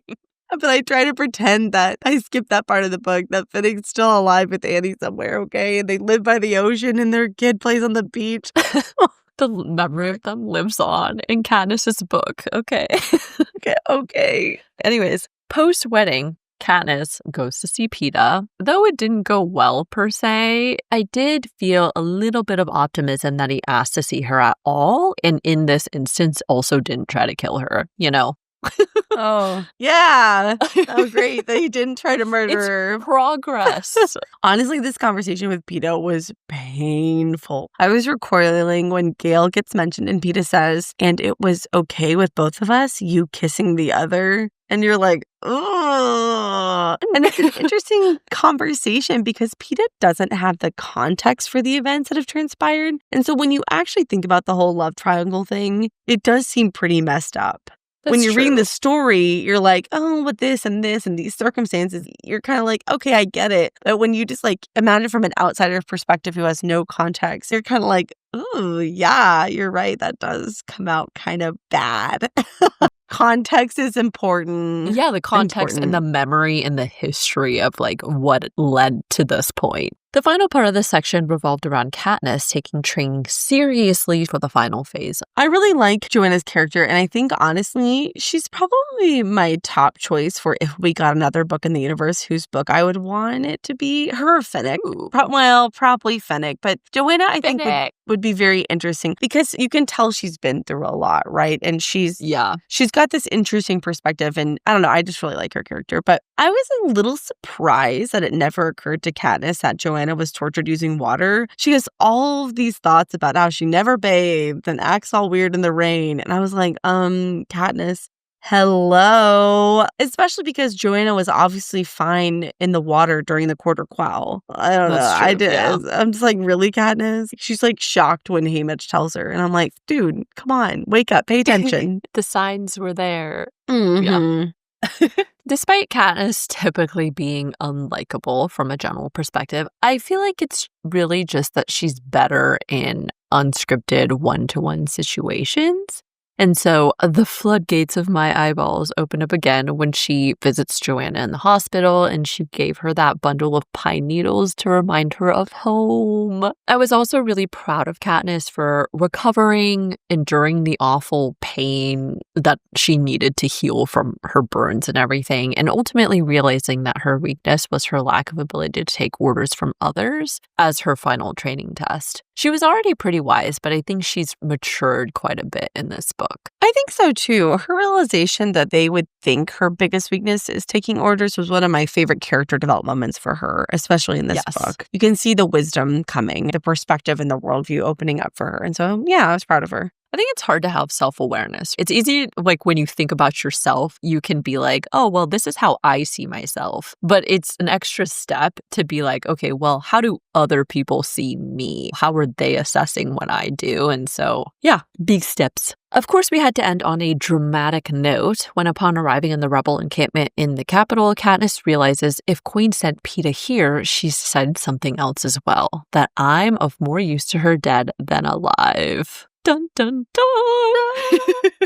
We got some early foreshadowing of this, but I was still surprised that Coin literally just wanted Katniss to die. But even worse is that Snow, A, she's using Peeta to hurt her, and B, she's slimy for not having the balls to do it herself. Like, she's going to try and have someone else do her dirty work because she's too preoccupied with holding power when the war is over. It's despicable. Damn. I know. She gets worse and worse every time I read the series. I'm like, man, she's awful. I could not wait to hear your thoughts on this move by Coin. It's such a shocking moment the first time you read the series. This is where if you didn't know already, you're like, oh, Coin is a villain. Like, she's a bad person. And so then it creates this interesting suspense because you kind of know that the rebels are going to win. You don't know quite how, but you're pretty sure. So then you're like, what is the world going to look like after that? I like that there's this tension building there.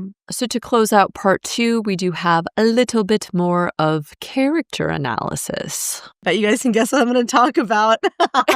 Gale! I think part 2 really highlights the differences in how Gale and Katniss view the war and how their differences in perspectives begins to affect their relationship. I appreciate that Suzanne Collins included both perspectives because I think, honestly, Katniss and Gale's viewpoints are both very reasonable and understandable positions to take. And I think it's really easy for people to say in hypothetical situations that they would make the most ethical or morally responsible choice. But I don't think that's always true because oftentimes the lived experiences of someone dramatically colors their worldview. So when you're living this nice, comfortable life, when you haven't experienced these trauma, it's easy to be like, well, of course I do the right thing. But that's human nature. You ain't never been desperate enough. Yeah, ain't ever been desperate enough. Yes, exactly.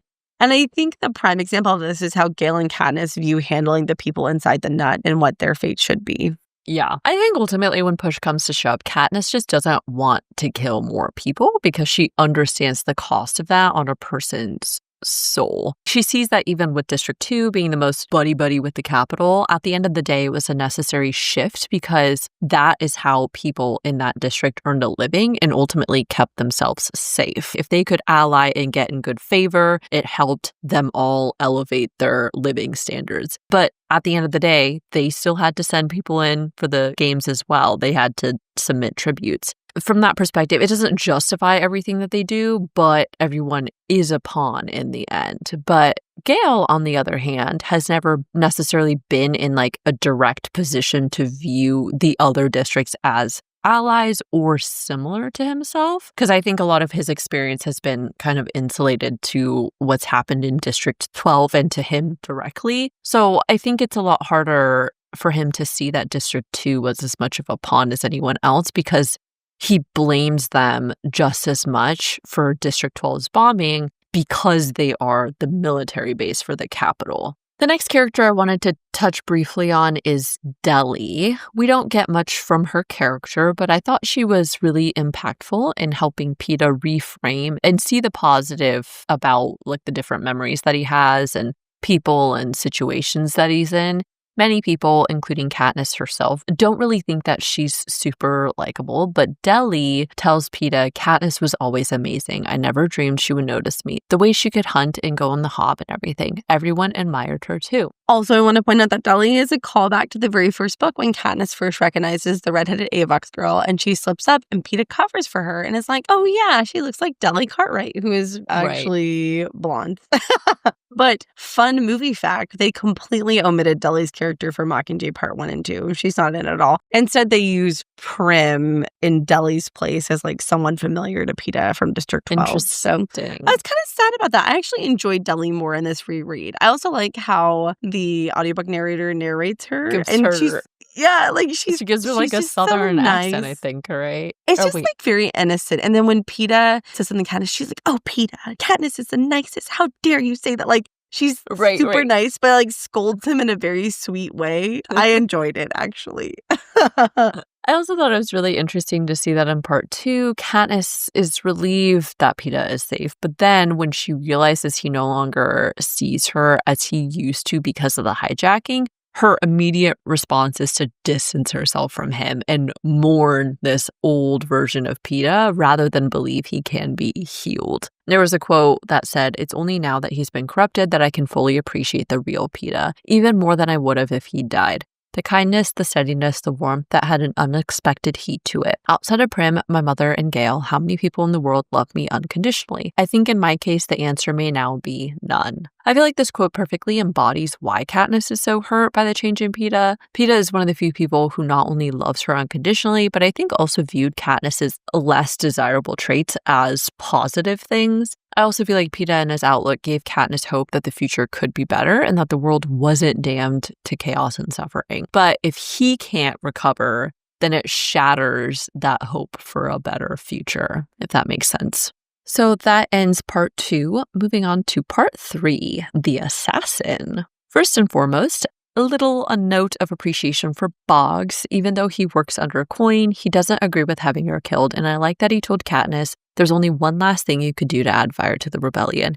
Give us a martyr to fight for, but that's not going to happen under my watch. I'm planning for you to have a long life. In retrospect, this is a huge moment that definitely contextualizes why he decided to put Katniss in charge of the Hollow. I fucking love Boggs. He's one of my favorite characters, kind of for no reason, like an unreasonable amount is how much I love him. And this conversation, I hate it. It's so sad knowing that he's about to die in such a horrific way. This conversation he has with Katniss is also important because it really spells out what Coin's problem really is. Boggs says, you're the face of the rebellion. You may have more influence than any other single person because ultimately Coin is afraid Katniss will endorse someone else to lead Pan Am over her. Let me caveat this next sentence by saying I did look at the pronunciation of his name, and this is what Google told me, so if it's wrong, please forgive me. I really value saying people's names correctly, so I really hope I don't mess this up, but if I do, don't come for me, okay? I have to add that Mahershala Ali plays Boggs in Mockingjay Part 1 and 2, and he is cast perfectly I literally cannot read the books without seeing him as Boggs. His whole demeanor and the subtle undertone of like caring for Katniss and just everything. He's so good. He's so good. I thought it was really touching that Haymitch is the one to tell Katniss not to give up on Peeta and to put herself in his situation. Most importantly, he asks if roles had been reversed, would Peeta treat her the same way? And ultimately, he tells her, you and me, we made a deal to try and save him. Try and remember. Honestly, thank God for Haymitch because he is absolutely right. Peeta has been back from the Capitol for like 3 weeks, and Katniss is already like, well, he's doomed. Time to throw in the towel. I guess he's dead to me. I hate that, honestly. Katniss really did need a little wake-up call because Peeta would never treat her that way. Peeta would spend months, years. Peeta might never give up on Katniss if the roles were reversed. He hasn't ever since they were kids. And so yes. And I'm like, okay, Katniss, like, you needed to hear that from Haymitch, yes. Okay? When Katniss does finally take his advice and she speaks with Peeta with the group, it was interesting to see that Katniss suddenly is so overcome with an urge to remind him of who he really is. But she gets caught up with what to say. And then it ends up being Peeta who breaks the ice by asking about their favorite colors and stuff.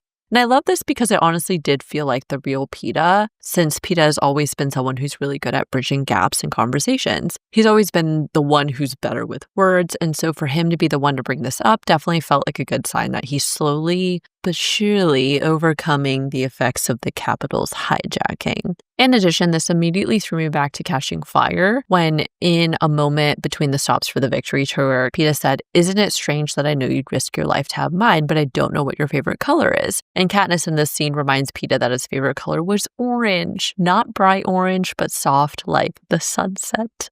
And realistically, what's really important about our relationships with people we are close to is ultimately, like, can we trust them? So over time, knowing someone's favorite color is not necessarily a hallmark of a good relationship, but in this moment, when Peeta can't tell what's real or not, these small moments matter because typically small bits of info like this are accumulated as you get to know someone, and then eventually you advance to a point where knowing that seems trivial in comparison to knowing someone's inner character, I guess. So hopefully the effect is that he will be able to recall this moment when they'd first exchanged favorite colors. And it's interesting that basically everything about the relationship has revolved around extremes and survival. And technically they'd always known the other could be trusted because of that one moment with the bread when they were young kids. But, you know, they're kind of like backtracking and going back and forth between knowing these kind of surface level things versus like knowing deep down that you can really, really trust this person, if that makes sense. It does. The boy with the bread, Peeta. I hear that all the time in my head, the boy with the bread. And I'm like, damn it. To switch gears, we also have to take a moment of silence for Darius's character. I know he plays a very small role, but in my opinion, he actually has one of, if not the most tragic and gruesome deaths in the whole book. If you don't remember, he was a peacekeeper in District 12, and he kind of flirts with Katniss a little bit. He steps in when Thresh is whipping Gale and catching fire. Right. He's then sent to the Capitol. They make him an Avox. Katniss and him have that one moment under the table where they brush hands, and with their eyes, they speak the unspoken words. And then Peeta describes what they did to him, and it's literally unspeakable. And so, you know what? Obligatory fuck President Snow. Am I right? That's right. Fuck President Snow. And so, I know Darius is not like an important character to the plot, but his death it haunts me. They just turn everybody into an AVOX in the Capitol. It's like, bro, they do. Foremost. They're like, what'd you say? People, say it again. Like, just kidding, you can't. For real, though. In need of better propos from the Star Squad, of course, nothing can ever just be easy because upon going to a block of pods to film, Boggs accidentally steps on a trap and triggers a bomb explosion. And I was like, no, Boggs, no. No. I was really growing to like Boggs as a character, but should have known he wasn't going to make it. And that was the beginning of the end. That's when you knew everyone was going to die. Nobody is safe. You know, the way his death is written, to me, it makes it one of the most shocking moments in the series because I did remember that Boggs died, but I was a little fuzzy on the details. So even knowing, I still audibly gasped because it's just like, they're joking, they're laughing. And then that last like 6 words, and she's like, then he steps on the tile stone that triggers the bomb that blows off his legs. And you're like, what? Yeah, because you thought they were going to be safe. They're like, yeah, we're just going to film some stuff. They're like setting it up to look like it's destructive. Yeah, we're just the fun Star Squad. And then it quickly becomes real destruction. And you're like, fuck. When Boggs tells Katniss, don't trust them, don't go back, kill Peeta, do what you came to do, that was obviously super important and made it clear that he no longer trusted the rest of the main rebel group or Coin either. Plus, I think he realized this was the one chance Katniss would get to break off and basically go rogue, because otherwise she'd inevitably be killed some way, somehow by Coin's plotting. I did like that Katniss had this moment of unity with Cressida and the other Shells when she helped her cover against Jackson. I feel like they all realized in this moment that A, they are on their own, and B, Katniss is really their best shot at fulfilling the one thing they ultimately needed to end the war. And C, that perhaps Katniss had to be and deserved to actually be the person to kill Snow. The aftermath of this was pure chaos, and I was stressed pretty much from here to the end of the book. But I was also weirdly fascinated with all the pod designs within the Capitol, like the fact that they booby-trapped the entire city and that many of these things are exactly the type of traps that they put in the Hunger Games is wild. I felt the same way. Obviously, they're gruesome and horrible, but I feel like Suzanne Collins did a really good job with the world building and the descriptions. Each time like a new one came up, I was like, ooh, what does this one do? In like a really morbid way. This was also a significant moment for Peeta because when they hunker down in the apartment and watch the Capitol's footage, Peeta has this vivid moment of conscience about how much he has really been changed by the hijacking. He says, I've never seen myself like that before. Katniss is right. I'm the monster. I'm the mud. I'm the one Snow has turned into a weapon. Oh, poor Peeta. This has to be such a horrible realization to not be able to trust your own mind and know what's real and what's not. Mm-hmm. And then realize on top of all that, you're a danger to other innocent people. I mean, for anybody, but Peeta, he's so good. And so for him, it's like, ugh, you know what? Another obligatory fuck President Snow. Okay. Right. I didn't quite think about it until now. I was mostly just thinking about the impact of Peeta's hijacking on Katniss. But even for Peeta, it's really fucked up because Peeta has never been like a really aggressive person. But because of the hijacking, they're warping character traits about him. And that would cause a lot of moral panic for him internally because he's doing things and acting in a way that is not aligned with who he actually is. So just not being able to trust your own mind, that has to be just maddening. I just can't even imagine. After they decided to proceed with their mission and that their best chance was to go underground, I was both so grateful for Pollux and devastated to learn that he'd been subjected to 5 years of underground work, because I can't imagine living in darkness like that and still having to try and dodge all the traps and dangers that the Capitol installs down there too. Like, you're just... It's dark, it's depressing, and now you're also in danger. You know, it made me think about how we talked about in Catching Fire about if/how many Capitol citizens would be participants in the rebellion. And I remember thinking there really wouldn't be that many, but hearing about Pollux's appalling war conditions makes me think that maybe there were probably a lot more Capitol citizens willing to participate than I realized. You kind of don't think about how even within the Capitol, there were a lot of people who were treated quite poorly. I mean, they lived in terrible conditions. I imagine all the people that had to work in the sewers probably didn't really love the Capitol or President Snow, so they were like, yeah, we'll go with the rebellion side, thanks. Right.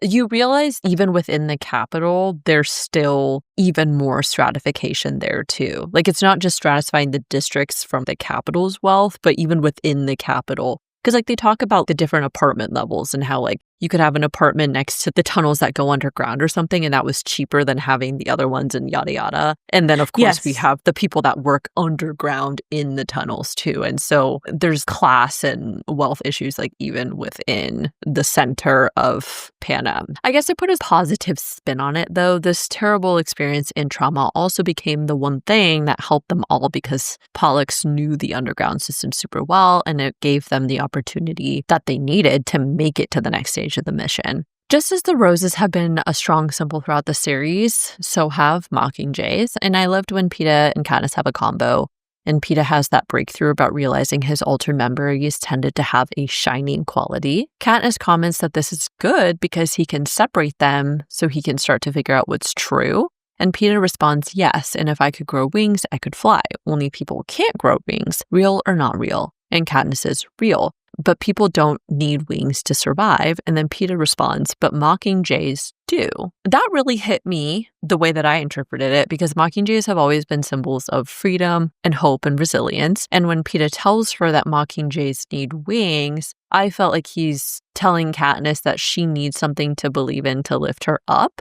And that, like mockingjays did, Katniss can survive and adapt. So therefore, she doesn't have to stay a pawn for anyone to use at their own discretion. See, it's interesting that you took it that way, because I read it quite literally the complete opposite way. Oh no.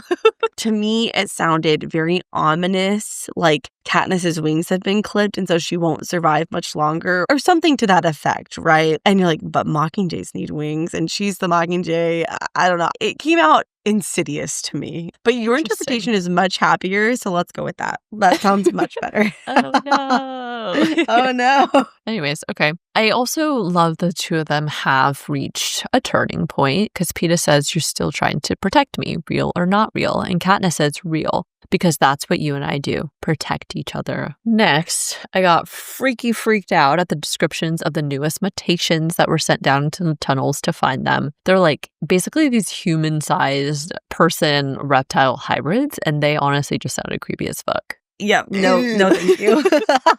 This whole sequence of events was so intense. Masala's death really freaked me out. The description is just so gruesome. And if you don't remember, he's the one who steps into like the gold light and then his flesh starts to melt off his body. I truly cannot believe that Katniss ever recovered mentally from any of that, but especially that. Just witnessing this one death alone would have just ruined me. And when you think about that, Katniss has seen 10 times this level of gratuitous and violence and devastation at 17 years old, you're like, wow. And then the worst, most devastating thing ever was when Finnick dies fighting off the mutations. Take it back. Why, Suzanne? Why? I don't know if I can forgive Suzanne for this, because it was just the most awful way to die.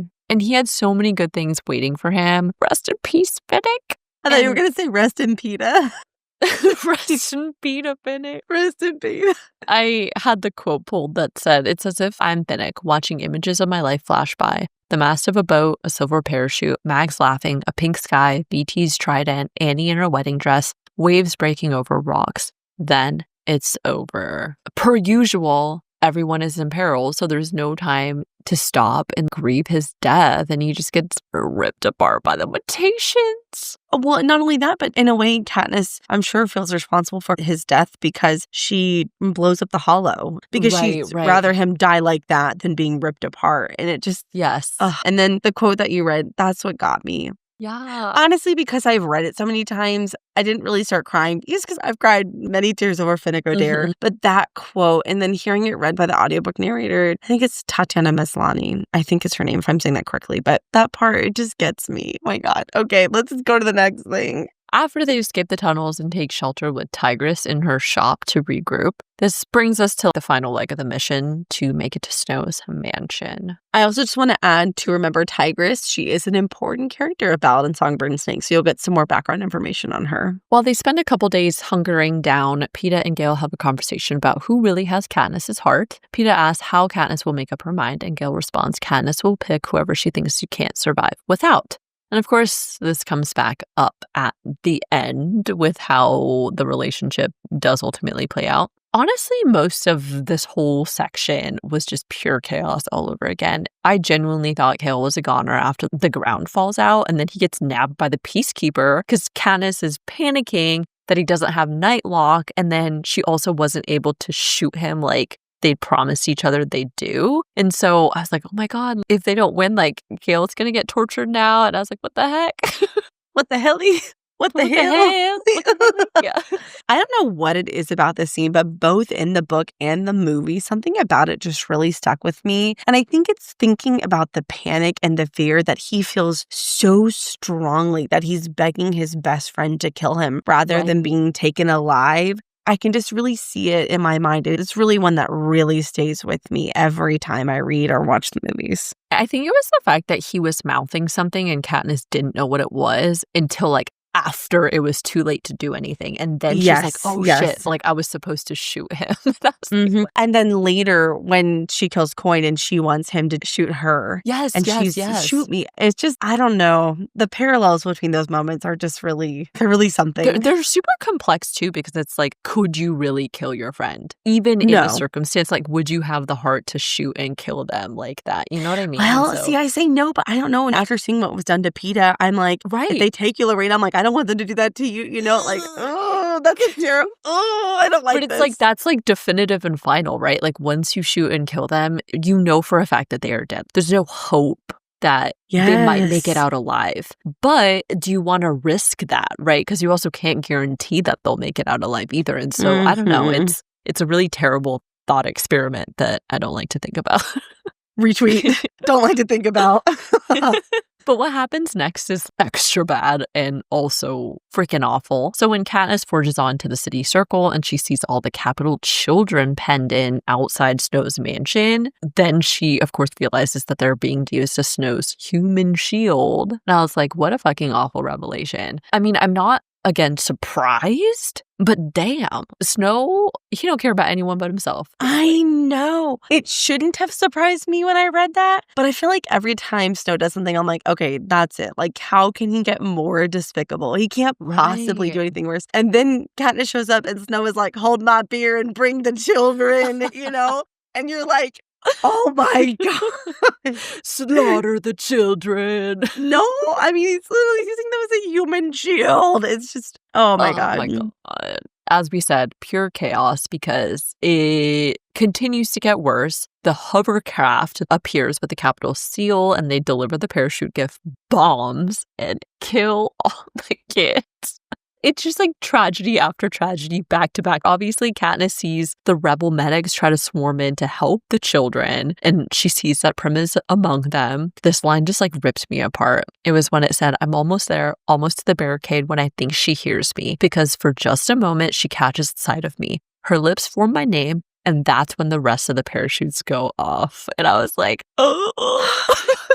I was speechless when I read that, and it was so demoralizing. Like, Katniss's entire journey was propelled by her volunteering in place of Prim, and Prim was originally supposed to have died earlier, right? If she had been in the games, most likely that would have been her fate. And you almost think that Katniss will successfully save her all the way through the end. And then Suzanne was like, hell nah, not today. And then combined with all the Capitol children, it was a really gruesome reminder that the people who suffer the most from war and conflict are the innocents and those who are the most vulnerable in society. And I was like, God, this sucks.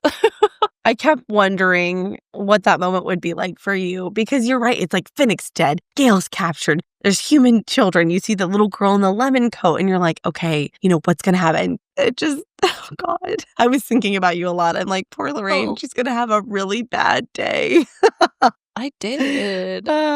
Even on rereads, it's still just so unbelievable. Especially the first time, I'm like, wait. I'm like, she has to be hallucinating or dreaming, or just a girl who looks like Prim. You're like, this can't be it. This cannot be the end. And it is. To move on, very shortly after the Capitol's fall, while Katniss is recovering, she, wanders around Snow's mansion and finds him in City's little rose garden, where he reveals the ugly truth that it had actually been Coin's decision to kill the Capitol children and their own medics as a final act to separate the people's last bit of goodwill from him and the rest of the Capitol. And Katniss is sort of in denial about it here, but then, she immediately recalls BT and Gale collaborating over Gale's trap designs. I do think even though she's in disbelief, she did know that Snow was telling the truth for sure. But it was so awful that I think it was just like a defense mechanism for her to deny it. And I thought it was so chilling when Snow said, my failure was being so slow to grasp Coin's plan to let the Capitol and districts destroy one another and then step in to take power with 13 barely scratched. Make no mistake, she was intending to take my place right from the beginning. I shouldn't be surprised. After all, it was 13 that started the rebellion that led to the Dark Days and then abandoned the rest of the districts when the tide turned against it. But I wasn't watching Coin, I was watching you, Mockingjay, and you were watching me. I'm afraid we have both been played for fools. So the implication of all this was basically that Coin was playing a larger scale Hunger Games with the capital and the districts from the very beginning. And it seems like she's always intended to rule over the districts like Snow, but just under this guise of freeing people from the capital. Ultimately, the lesson with Coin is that power can corrupt, and we've been getting hints of that from the very beginning of this book. Katniss, of course, doesn't want to believe this, and as she's thinking it through, there are some logical arguments that point to Snow lying. So I wanted to ask you, did you at any point think that Snow was lying, or did you immediately believe it was all Coin's design? Like, was there any hesitation, or were you just like, yep, that's what happened? I actually did believe Snow because Snow has nothing else to lose at this point. And honestly,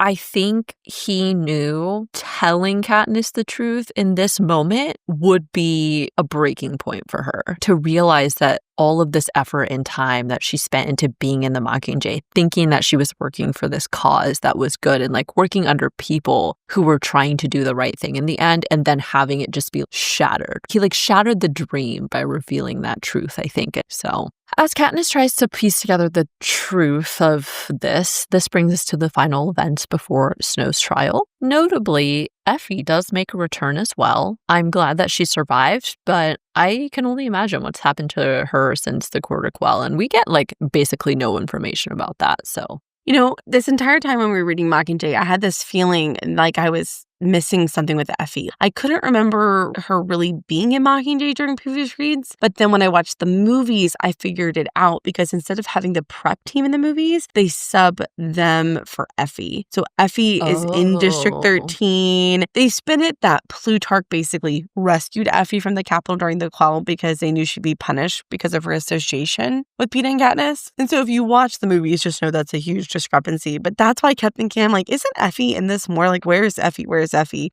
And it's because the movies make her a much bigger character than she is in the book. Interesting. Yeah. So also, once Katniss is prepped before they have the rebel meeting with Coin, Gale drops off an arrow for Katniss, and they have a brief conversation about the bomb that was dropped. While neither Gale nor BT knew for sure if it was the one that they made, you can tell there's this moment of finality and a shift in their friendship. Gale says, doesn't matter. You'll always be thinking about it. And then Katniss thinks, I will never be able to separate that moment from Gale. My silence is my answer. This was really depressing. Like, Gale was ultimately doing his part as a rebel soldier, but at the same time, to know something you helped create was possibly what killed your best friend's sister, who was kind of a family member to him at that point, right, is awful. Oh, yeah. And then on the other hand, the fact that he's able to just accept this and move on is also tough for Katniss, and I feel like they've both realized now that there's too much separation and ideologies and feelings about each other's roles in the war that it can no longer be reconciled. I think this is the conclusion of my TED Talk in this episode. So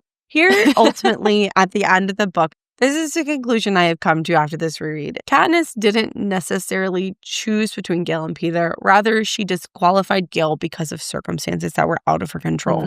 I feel like this thought is supported when Katniss thinks, I'm searching for something to hang on to, some sign of the girl and the boy who met by chance in the wood 5 years ago and became inseparable. I'm wondering what would have happened to them if the Hunger Games had not reached the girl, if she would have fallen in love with the boy, married him even, and sometime in the future escaped with him into the woods, left 12 behind forever. Would they have been happy out in the world, or would the dark, twisted sadness between them have grown up even without the Capitol's help? And that last part of the quote is essentially Katniss admitting that the sadness between them is a byproduct of everything the Capitol has done, and that neither one of them will ever be able to move past it because they'll always be a constant reminder of each other. I really kind of had thought like, oh, for sure it's Gale's bomb. And obviously it's implied, but in the book, I mean, he says he doesn't know, and neither does BT. And so I think it really is just the circumstance. They're just never going to be able to pass it. In a different world, they may have been together, right? But sometimes two people can be right for each other in the wrong circumstances. And I do think ultimately she should have ended up with Peeta. So I'm not saying it should have been Gale, but I feel like this quote really solidified that for me. So this final meeting and Coin's proposal to hold one final Hunger Games using the Capitol's most powerful families and children had my jaw on the floor. It was like, you guys spent all of this time rebelling and hating the games, and yet here you are are proposing the same damn thing. I also thought it was especially sinister that she makes it clear that people will know that the 7 former victors made the final decision about whether what happened to make sure their involvement was known to the people. It was her freaking idea, but she's like putting all the responsibility on them, which is really fucked up. But I actually was kind of shocked when Katniss agreed to this. After everything that she's endured and hating the games, like, why did she ultimately say yes?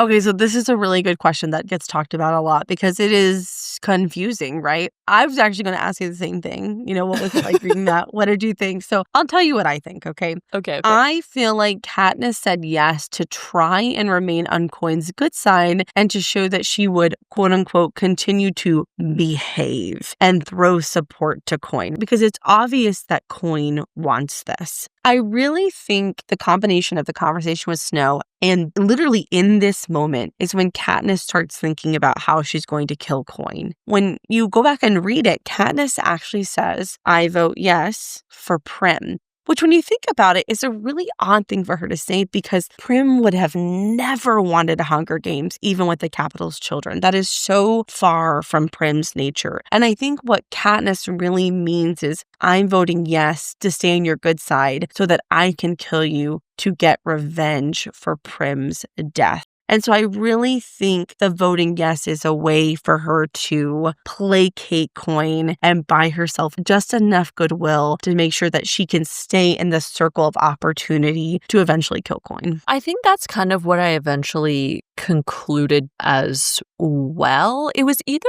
that or I was wondering, in the wake of this extreme tragedy, Katniss was having just a moment of like, you know what, maybe I do want revenge because Prim died and like I want somebody to pay for that. And so in a situation where she had that opportunity, she was saying yes. But then outside of that, after that point, that's when she was like, wait, why would I agree to this? Like she came back to her original senses. I was kind of like torn between those two interpretations. And I don't know if we'll ever know. But so during the trial, my jaw was on the floor all over again when Katniss shoots Coin instead of Snow. Honestly, I had to go back and reread that part because on her first read, I was reading it so fast that I was like, she shoots an arrow, somebody dies. And then I read the next chapter and I was like, wait, what?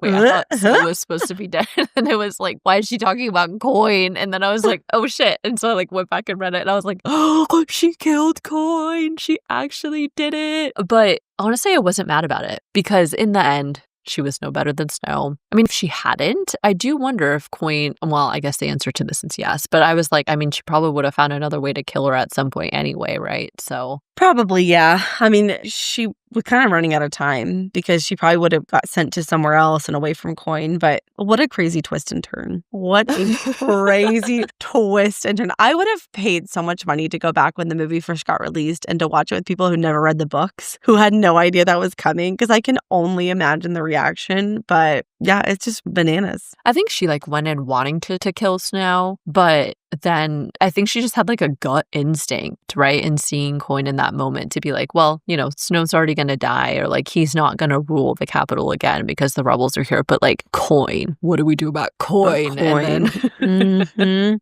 Interestingly, Katniss is not killed. Instead, she's locked up in a room while they decide her fate over the next several weeks. During this time, she processes everything, and this quote perfectly summarizes the larger theme. It said, I think that PETA was onto something about us destroying one another and letting some decent species take over, because something is significantly wrong with a creature that sacrifices its children's lives to settle its differences. You can spin it any way you like. Snow thought the Hunger Games were an efficient means of control. Coin thought the parachutes would expedite the war. But in the end, who does it benefit? The truth is, it benefits no one to live in a world where these things happen. And if that quote doesn't perfectly sum up the lesson of this entire series, I don't know what else does. No one benefits when we hurt each other. That's the bottom line. That's the moral of the story. Yeah. Post-trial, when Katniss gets to go home, the ending surprised me, and then it just like, I started to cry all over again because PETA shows up with the primroses to plant outside her house. And then by the time she goes out hunting and we see that she's starting to work her way out of depression, she comes back to her house and she finds Buttercup at the house.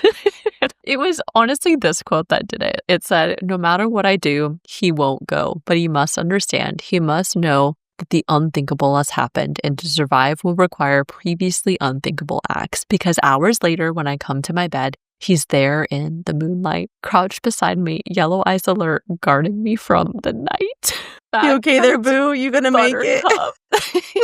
Who has never liked Katniss. He's, the one who's coming back to stay with her. And I feel like in a way he was repaying her for how she'd always found him specifically for Prim. But in the end, they both bonded over their love for Prim. I was just very touched by that.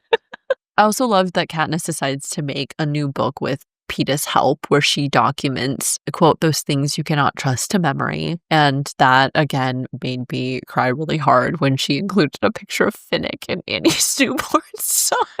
The book is such a beautiful and heartbreaking way to grieve and honor everyone they've lost. And it also, man, it got me so good when Haymitch comes and he starts to fill it with his losses too. And I'm just like, oh my God. In the end, as a Team Peeta girl, I was very glad to see them work out. Katniss realizes that what she needed to survive was not Gale's fire, but, quote, "the dandelion in the spring, the bright yellow that means rebirth instead of destruction, the promise that life can go on no matter how bad our losses, that it can be good again. And only Peeta can give me that. So after, when he whispers, 'You love me, real or not,' I tell him, 'Real.'" Real. Real. This is where we get the final truth. And I like this looped back into Gale's comment back in Tigress's shop about Katniss choosing whoever she can't survive without. In the end, I think Gale and Katniss were just too similar, and Gale was too overcome with rage to be able to let go and move on. There was just too much that they both similarly experienced, I guess, and it just pulled them apart. But the consequence of all that led to the final split in the relationship over the bomb that killed Prim. But Peeta, though more passive than Gale, never lost his humanity, and he always looked out for a better future where the cycle of war and revenge could actually end. And Peeta endured horrific, awful things like so many people in this series, but he never lost his hope that something better could spring out of destruction, while Gale, and I think Katniss to some extent too, had a harder time believing in a better future. So while she did love Gale in her own way, what she needed to survive was optimism and someone to help her rebuild. And that was the boy with the bread. Oh, stop. The boy with the bread. You know what that does to me. The boy with the bread. He's always given her sustenance. Oh my God. The sustenance of his bread and the sustenance of his love. That was too good. I really love this quote because it really does perfectly sum up Peeta's goodness and how essential that bit of goodness is to Katniss's literal will to survive. Gale was not bad or wrong. He was just broken, and broken in the same way that Katniss was. And Katniss and Gale were both too broken in the same way to make each other whole. I think of it like this. I think of Katniss as being made of glass, shattered but put together again, full of cracks and crevices from everything she's been through. But Peeta is the light that shines through and fills all the parts of her with hope. Oh. That's how I think about it. The boy with the bread. Who's always loved her. I also really enjoyed the epilogue. I was happy to see Peeta and Gale, or why did I write Gale? Peeta and Gale. Peeta and Gale. Twist, they ran away and started. Peeta and Gale end up together and leave Katniss out.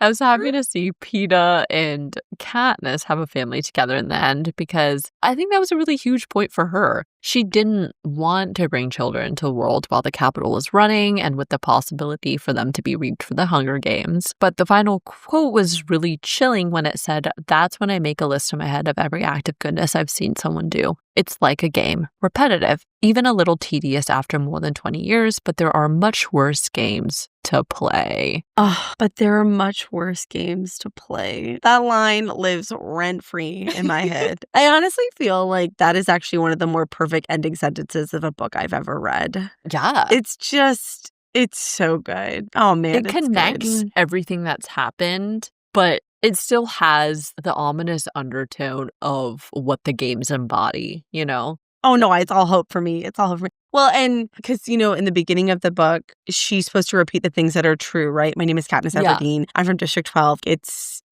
bad. And changing it into repeating all of the acts of goodness she's seen people do. Oh, Yeah, that part's nice. But but there are much worse games to play part. I feel like that one is still I guess you can read it as spinning it positively and remembering that you could be a lot worse off because we could still be in the Hunger Games. But at the same time, it's also if we do not remember lessons that we've learned from all of this experience, we could end up back in the games again in the future. I think you may be mean? right, but just let me be happy. Just let me have the hope and the love and the peace. Okay, So sorry. Plutarch. That's a very Plutarch thing to say. Plutarch is always so jovial. He's it's human nature to destroy each other. He's who knows? Maybe it'll last. Maybe he won't, I'm starting a new competition, a singing competition. You want to be on the show? You're what the no. Plutarch is so funny. Anyways, so that brings us to our final part of the analysis section, and we just have a little bit more character analysis.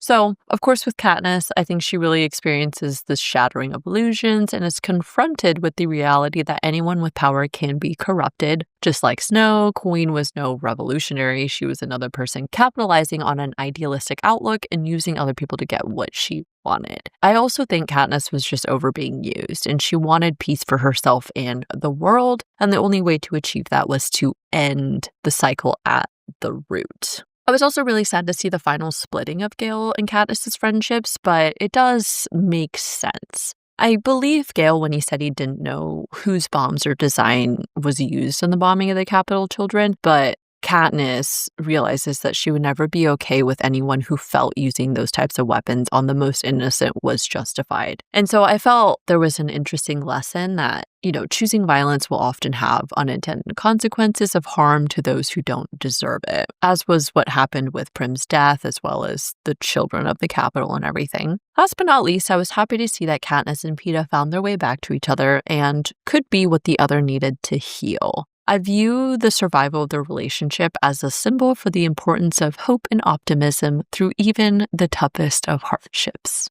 Okay. Right. So that ends our analysis. I'm just so demoralized. I tried to make it a little more positive at the end here. So thanks. Okay. Now we just have a little bit of predictions for the Ballad of Songbirds and Snakes. So all I really know is that the Ballad of Songbirds and Snakes is about President Snow in his early life. So I'm hoping that we get some more historical context as to how the districts were originally created and what led up to that decision, as well as info on some of the early first Hunger Games. When did they happen? Who was involved with them? How did this all come to be? I want the historical context. Based on Mockingjay, we get those clues about the fact that President Snow basically schemed and killed his way to power and presidency, so I feel like we'll get some background into that. I don't know if he participated in the Hunger Games, but if he did, then maybe we'll get his experience with it. Obviously, Snow believes the Hunger Games are a necessary part of how to keep order and maintain power, or he wouldn't have continued to utilize them. All in all, I am weirdly excited to see how President Snow's mind works and to learn about his background and motivations to better understand his character. Since I have read it, I won't say much, but I will say I think that's a reasonable feeling. He is really, truly a fantastic villain, and obviously he wasn't born that purely evil, so I think it's natural to want to know what circumstances led him to becoming the monster that he ended up being. So just buckle up, Buttercup. Prepare yourself. Next, we have our overall book rating and then some of our likes and dislikes to close out the episode today. So starting with the rating, overall, I am going to give this book a 4.75.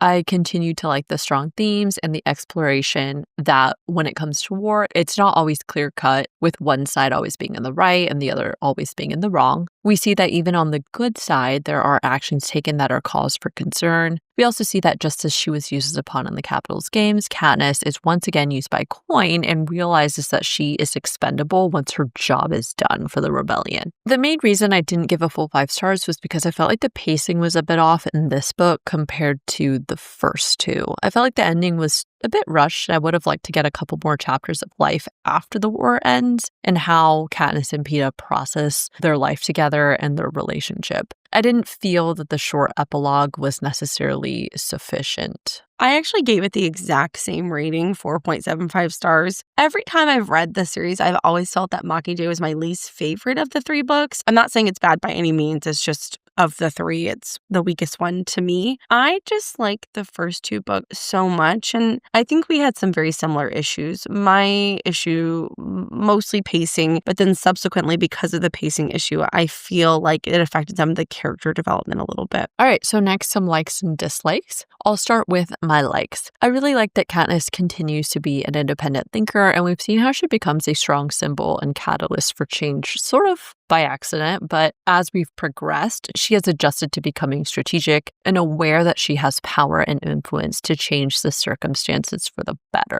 She doesn't have to continue being a pawn who is always at the mercy of whoever is in charge. Similarly, I liked that many of the characters stay true to their core character traits, but we also see how war affects and changes them, whether that's through trauma, their vision for the future, or their need to survive the circumstances in front of them. Despite the shorter length and YA style, I felt the book did a really good job of demonstrating the long-term impact of trauma on various characters, such as Finnick, Haymitch, Katniss's mother, Peeta, Joanna, and Katniss herself, and Gale as well. Through different characters, we see the physical and mental toll war has on them and how each person has a different response to the situation. Some people face it head on and let their anger fuel them to keep fighting. Others struggle with how to just stay present and fight off the urge to rescind back into despair. But they all show us different lessons on humanity, compassion, and resilience. Last, as a Peeta lover, I was also very glad to see that Peeta survived and that Katniss and him were able to navigate the complexity of everything they'd survived and not let that break their relationship in the end. Those are really good thoughts. I like that. I really enjoyed the realism of Katniss's mental decline. And as I'm saying that, that sounds really bad. That's not exactly what I meant to come out. What I mean is that Katniss is such a fierce and strong character, but she's also a 17-year-old girl who has been through unspeakable tragedies, and tragedies as in a plural, okay? Not one terrible thing that defined her life, but like one thing after another. And I really like that Suzanne Collins was very realistic in her portrayal of Katniss's mental state and just her overall journey in deciding to become the Mockingjay, but also growing wiser to the world outside of the war and the implications of power and politics. It would have been really easy to fall into the trap of like the main heroine is supremely badass and nothing can bother her because she's so strong and defiant and fueled by rage, blah, blah, blah, blah, blah. And Katniss is those things, but you never forget that she's just a broken, traumatized 17-year-old girl. And I think she balances that really well. I also really enjoyed all of Katniss's speeches as the Mockingjay. I think Suzanne Collins did an excellent job writing those scenes and moments and making Katniss's words fit them perfectly. A lot of them just really stick out to me, so I really like that. The book also just had really great plot twists. I mean, it was exciting to read. Yes. You don't want to put it down. Even though I've read it several times, I was still gasping in shock. I was like, oh my God, you know, the impact is still there. And so I thought that it's just a good book in that regard. And of course, I love the very last line, but there are worse games to play. It's Chef's Kiss. It just blows me away every time. I know. I totally agree about the plot twists and stuff too. Like there were so many events that shocked me, I didn't see coming, and just I don't know, they were just so crazy. I was like, what is this? Yeah, so right. Crazy, like killing off characters, no problem. I was like, damn. Nobody was safe. Nobody was sacred. But that ties into the theme really well, right? So it all comes together in a really cohesive way, I think. So next, I really only have one slight dislike and a minor dislike as well. The main dislike was the rushed feeling ending. Katniss and Peeta's relationship was an important through line for the plot, and while I do think we saw that in Katniss's desire to rescue Peeta, I think we needed more time at the end to explore the resolution of the war for them together. We went from a very high-stress ending with the Capitol's fall, the execution of Coin, and Snow's death to then just skipping to things are settled in the districts. Katniss is in 12 and Peeta is there too now and they're happy together. Don't get me wrong. I love that because I'm glad the relationship worked out, but it just felt a little too fast to be satisfying on a first read. And then my slight dislike was the fact that Finnick died. Just when we get to see him happy and get to know his inner self, Suzanne just had to do us dirty and take him away from us. It's just like the literal worst in any book when characters finally get something happy and positive and then it just gets ripped away with death. And the only consolation to that was that Finnick and Annie did have children. So hopefully Finnick lives on in them, or the son. I think they only had one kid, but I don't know why I ended with this, but that was dirty, Suzanne. It was dirty. One thing you know for sure is Suzanne Collins don't give a fuck about our feelings. She don't care at all. Listen, you and the rest of the fandom, okay? Nobody's okay with that. Everyone's devastated. You're right. She did us so dirty. It's not enough that basically her whole squad dies, plus Prim, but then you take Finnick away from us and Annie. And I didn't forget about Rue. Okay, I'm still thinking about Rue from book what, Okay, well, now I'm sad again. So I'm just going to keep it moving. My dislike of the pacing was almost identical. I would have actually liked to see Katniss's trial or get some more information about it other than what we get from Plutarch, which is very brief. Yeah.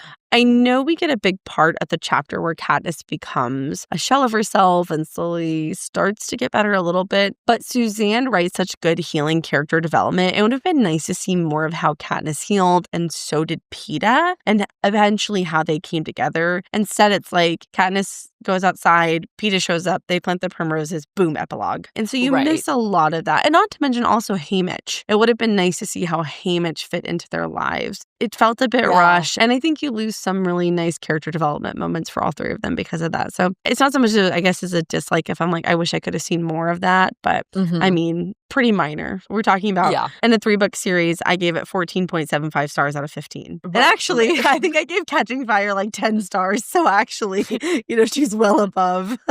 Exactly. So, Very minor. All right, so that brings us to our favorite moments before we end the episode. So my first one was about Buttercup. It's when Gale tells Katniss, you better put Buttercup on your list of demands too. I don't think the concept of useless pets is well known here. And then Katniss responds, they'll find him a job. Tattoo it on his paw every morning.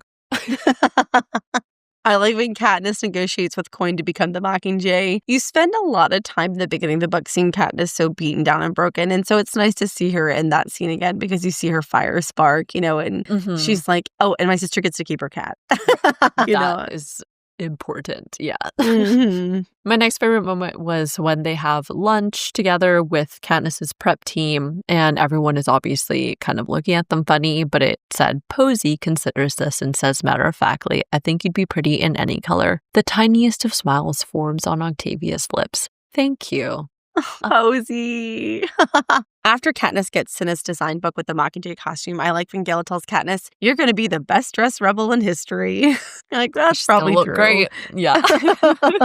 So the next favorite one was just this moment that Katniss takes to reflect on their situation. I think it was after they're about to invade the nut. But it said, my father, he seems to be everywhere today, dying in the mind, singing his way into Peeta's muddled consciousness, flickering in the look Boggs gives me as he protectively wraps the blanket around my shoulders. I miss him so badly, it hurts. I liked that after Katniss and Gale get into a disagreement about how the prep team was treated, I like when Gale says, I still stand by what I said. Do you want me to lie about it? And Katniss responds, no, I want you to rethink and come up with the right opinion. And that is something I would say 100%.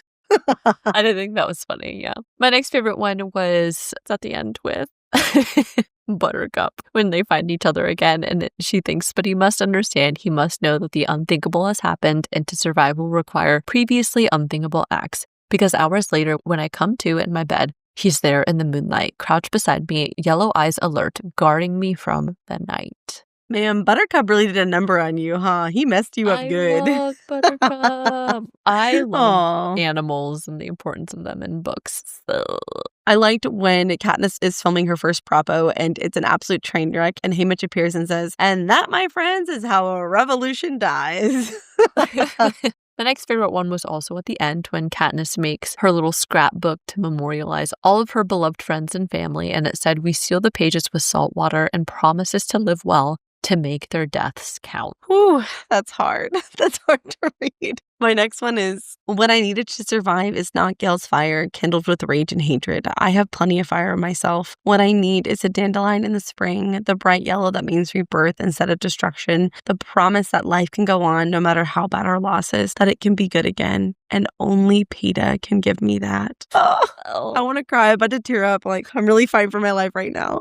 I know, that was such a sweet moment. And then my final one, very similar, was when PETA asked, "You're still trying to protect me, real or not real?" Katniss says real, because that's what you and I do, protect each other. Oh, twin, mine matches almost. That's when they're having the conversation when they're in the Capitol. But at the very end, when PETA says, "You love me, real or not real?" I tell him, real. Real. Oh my God.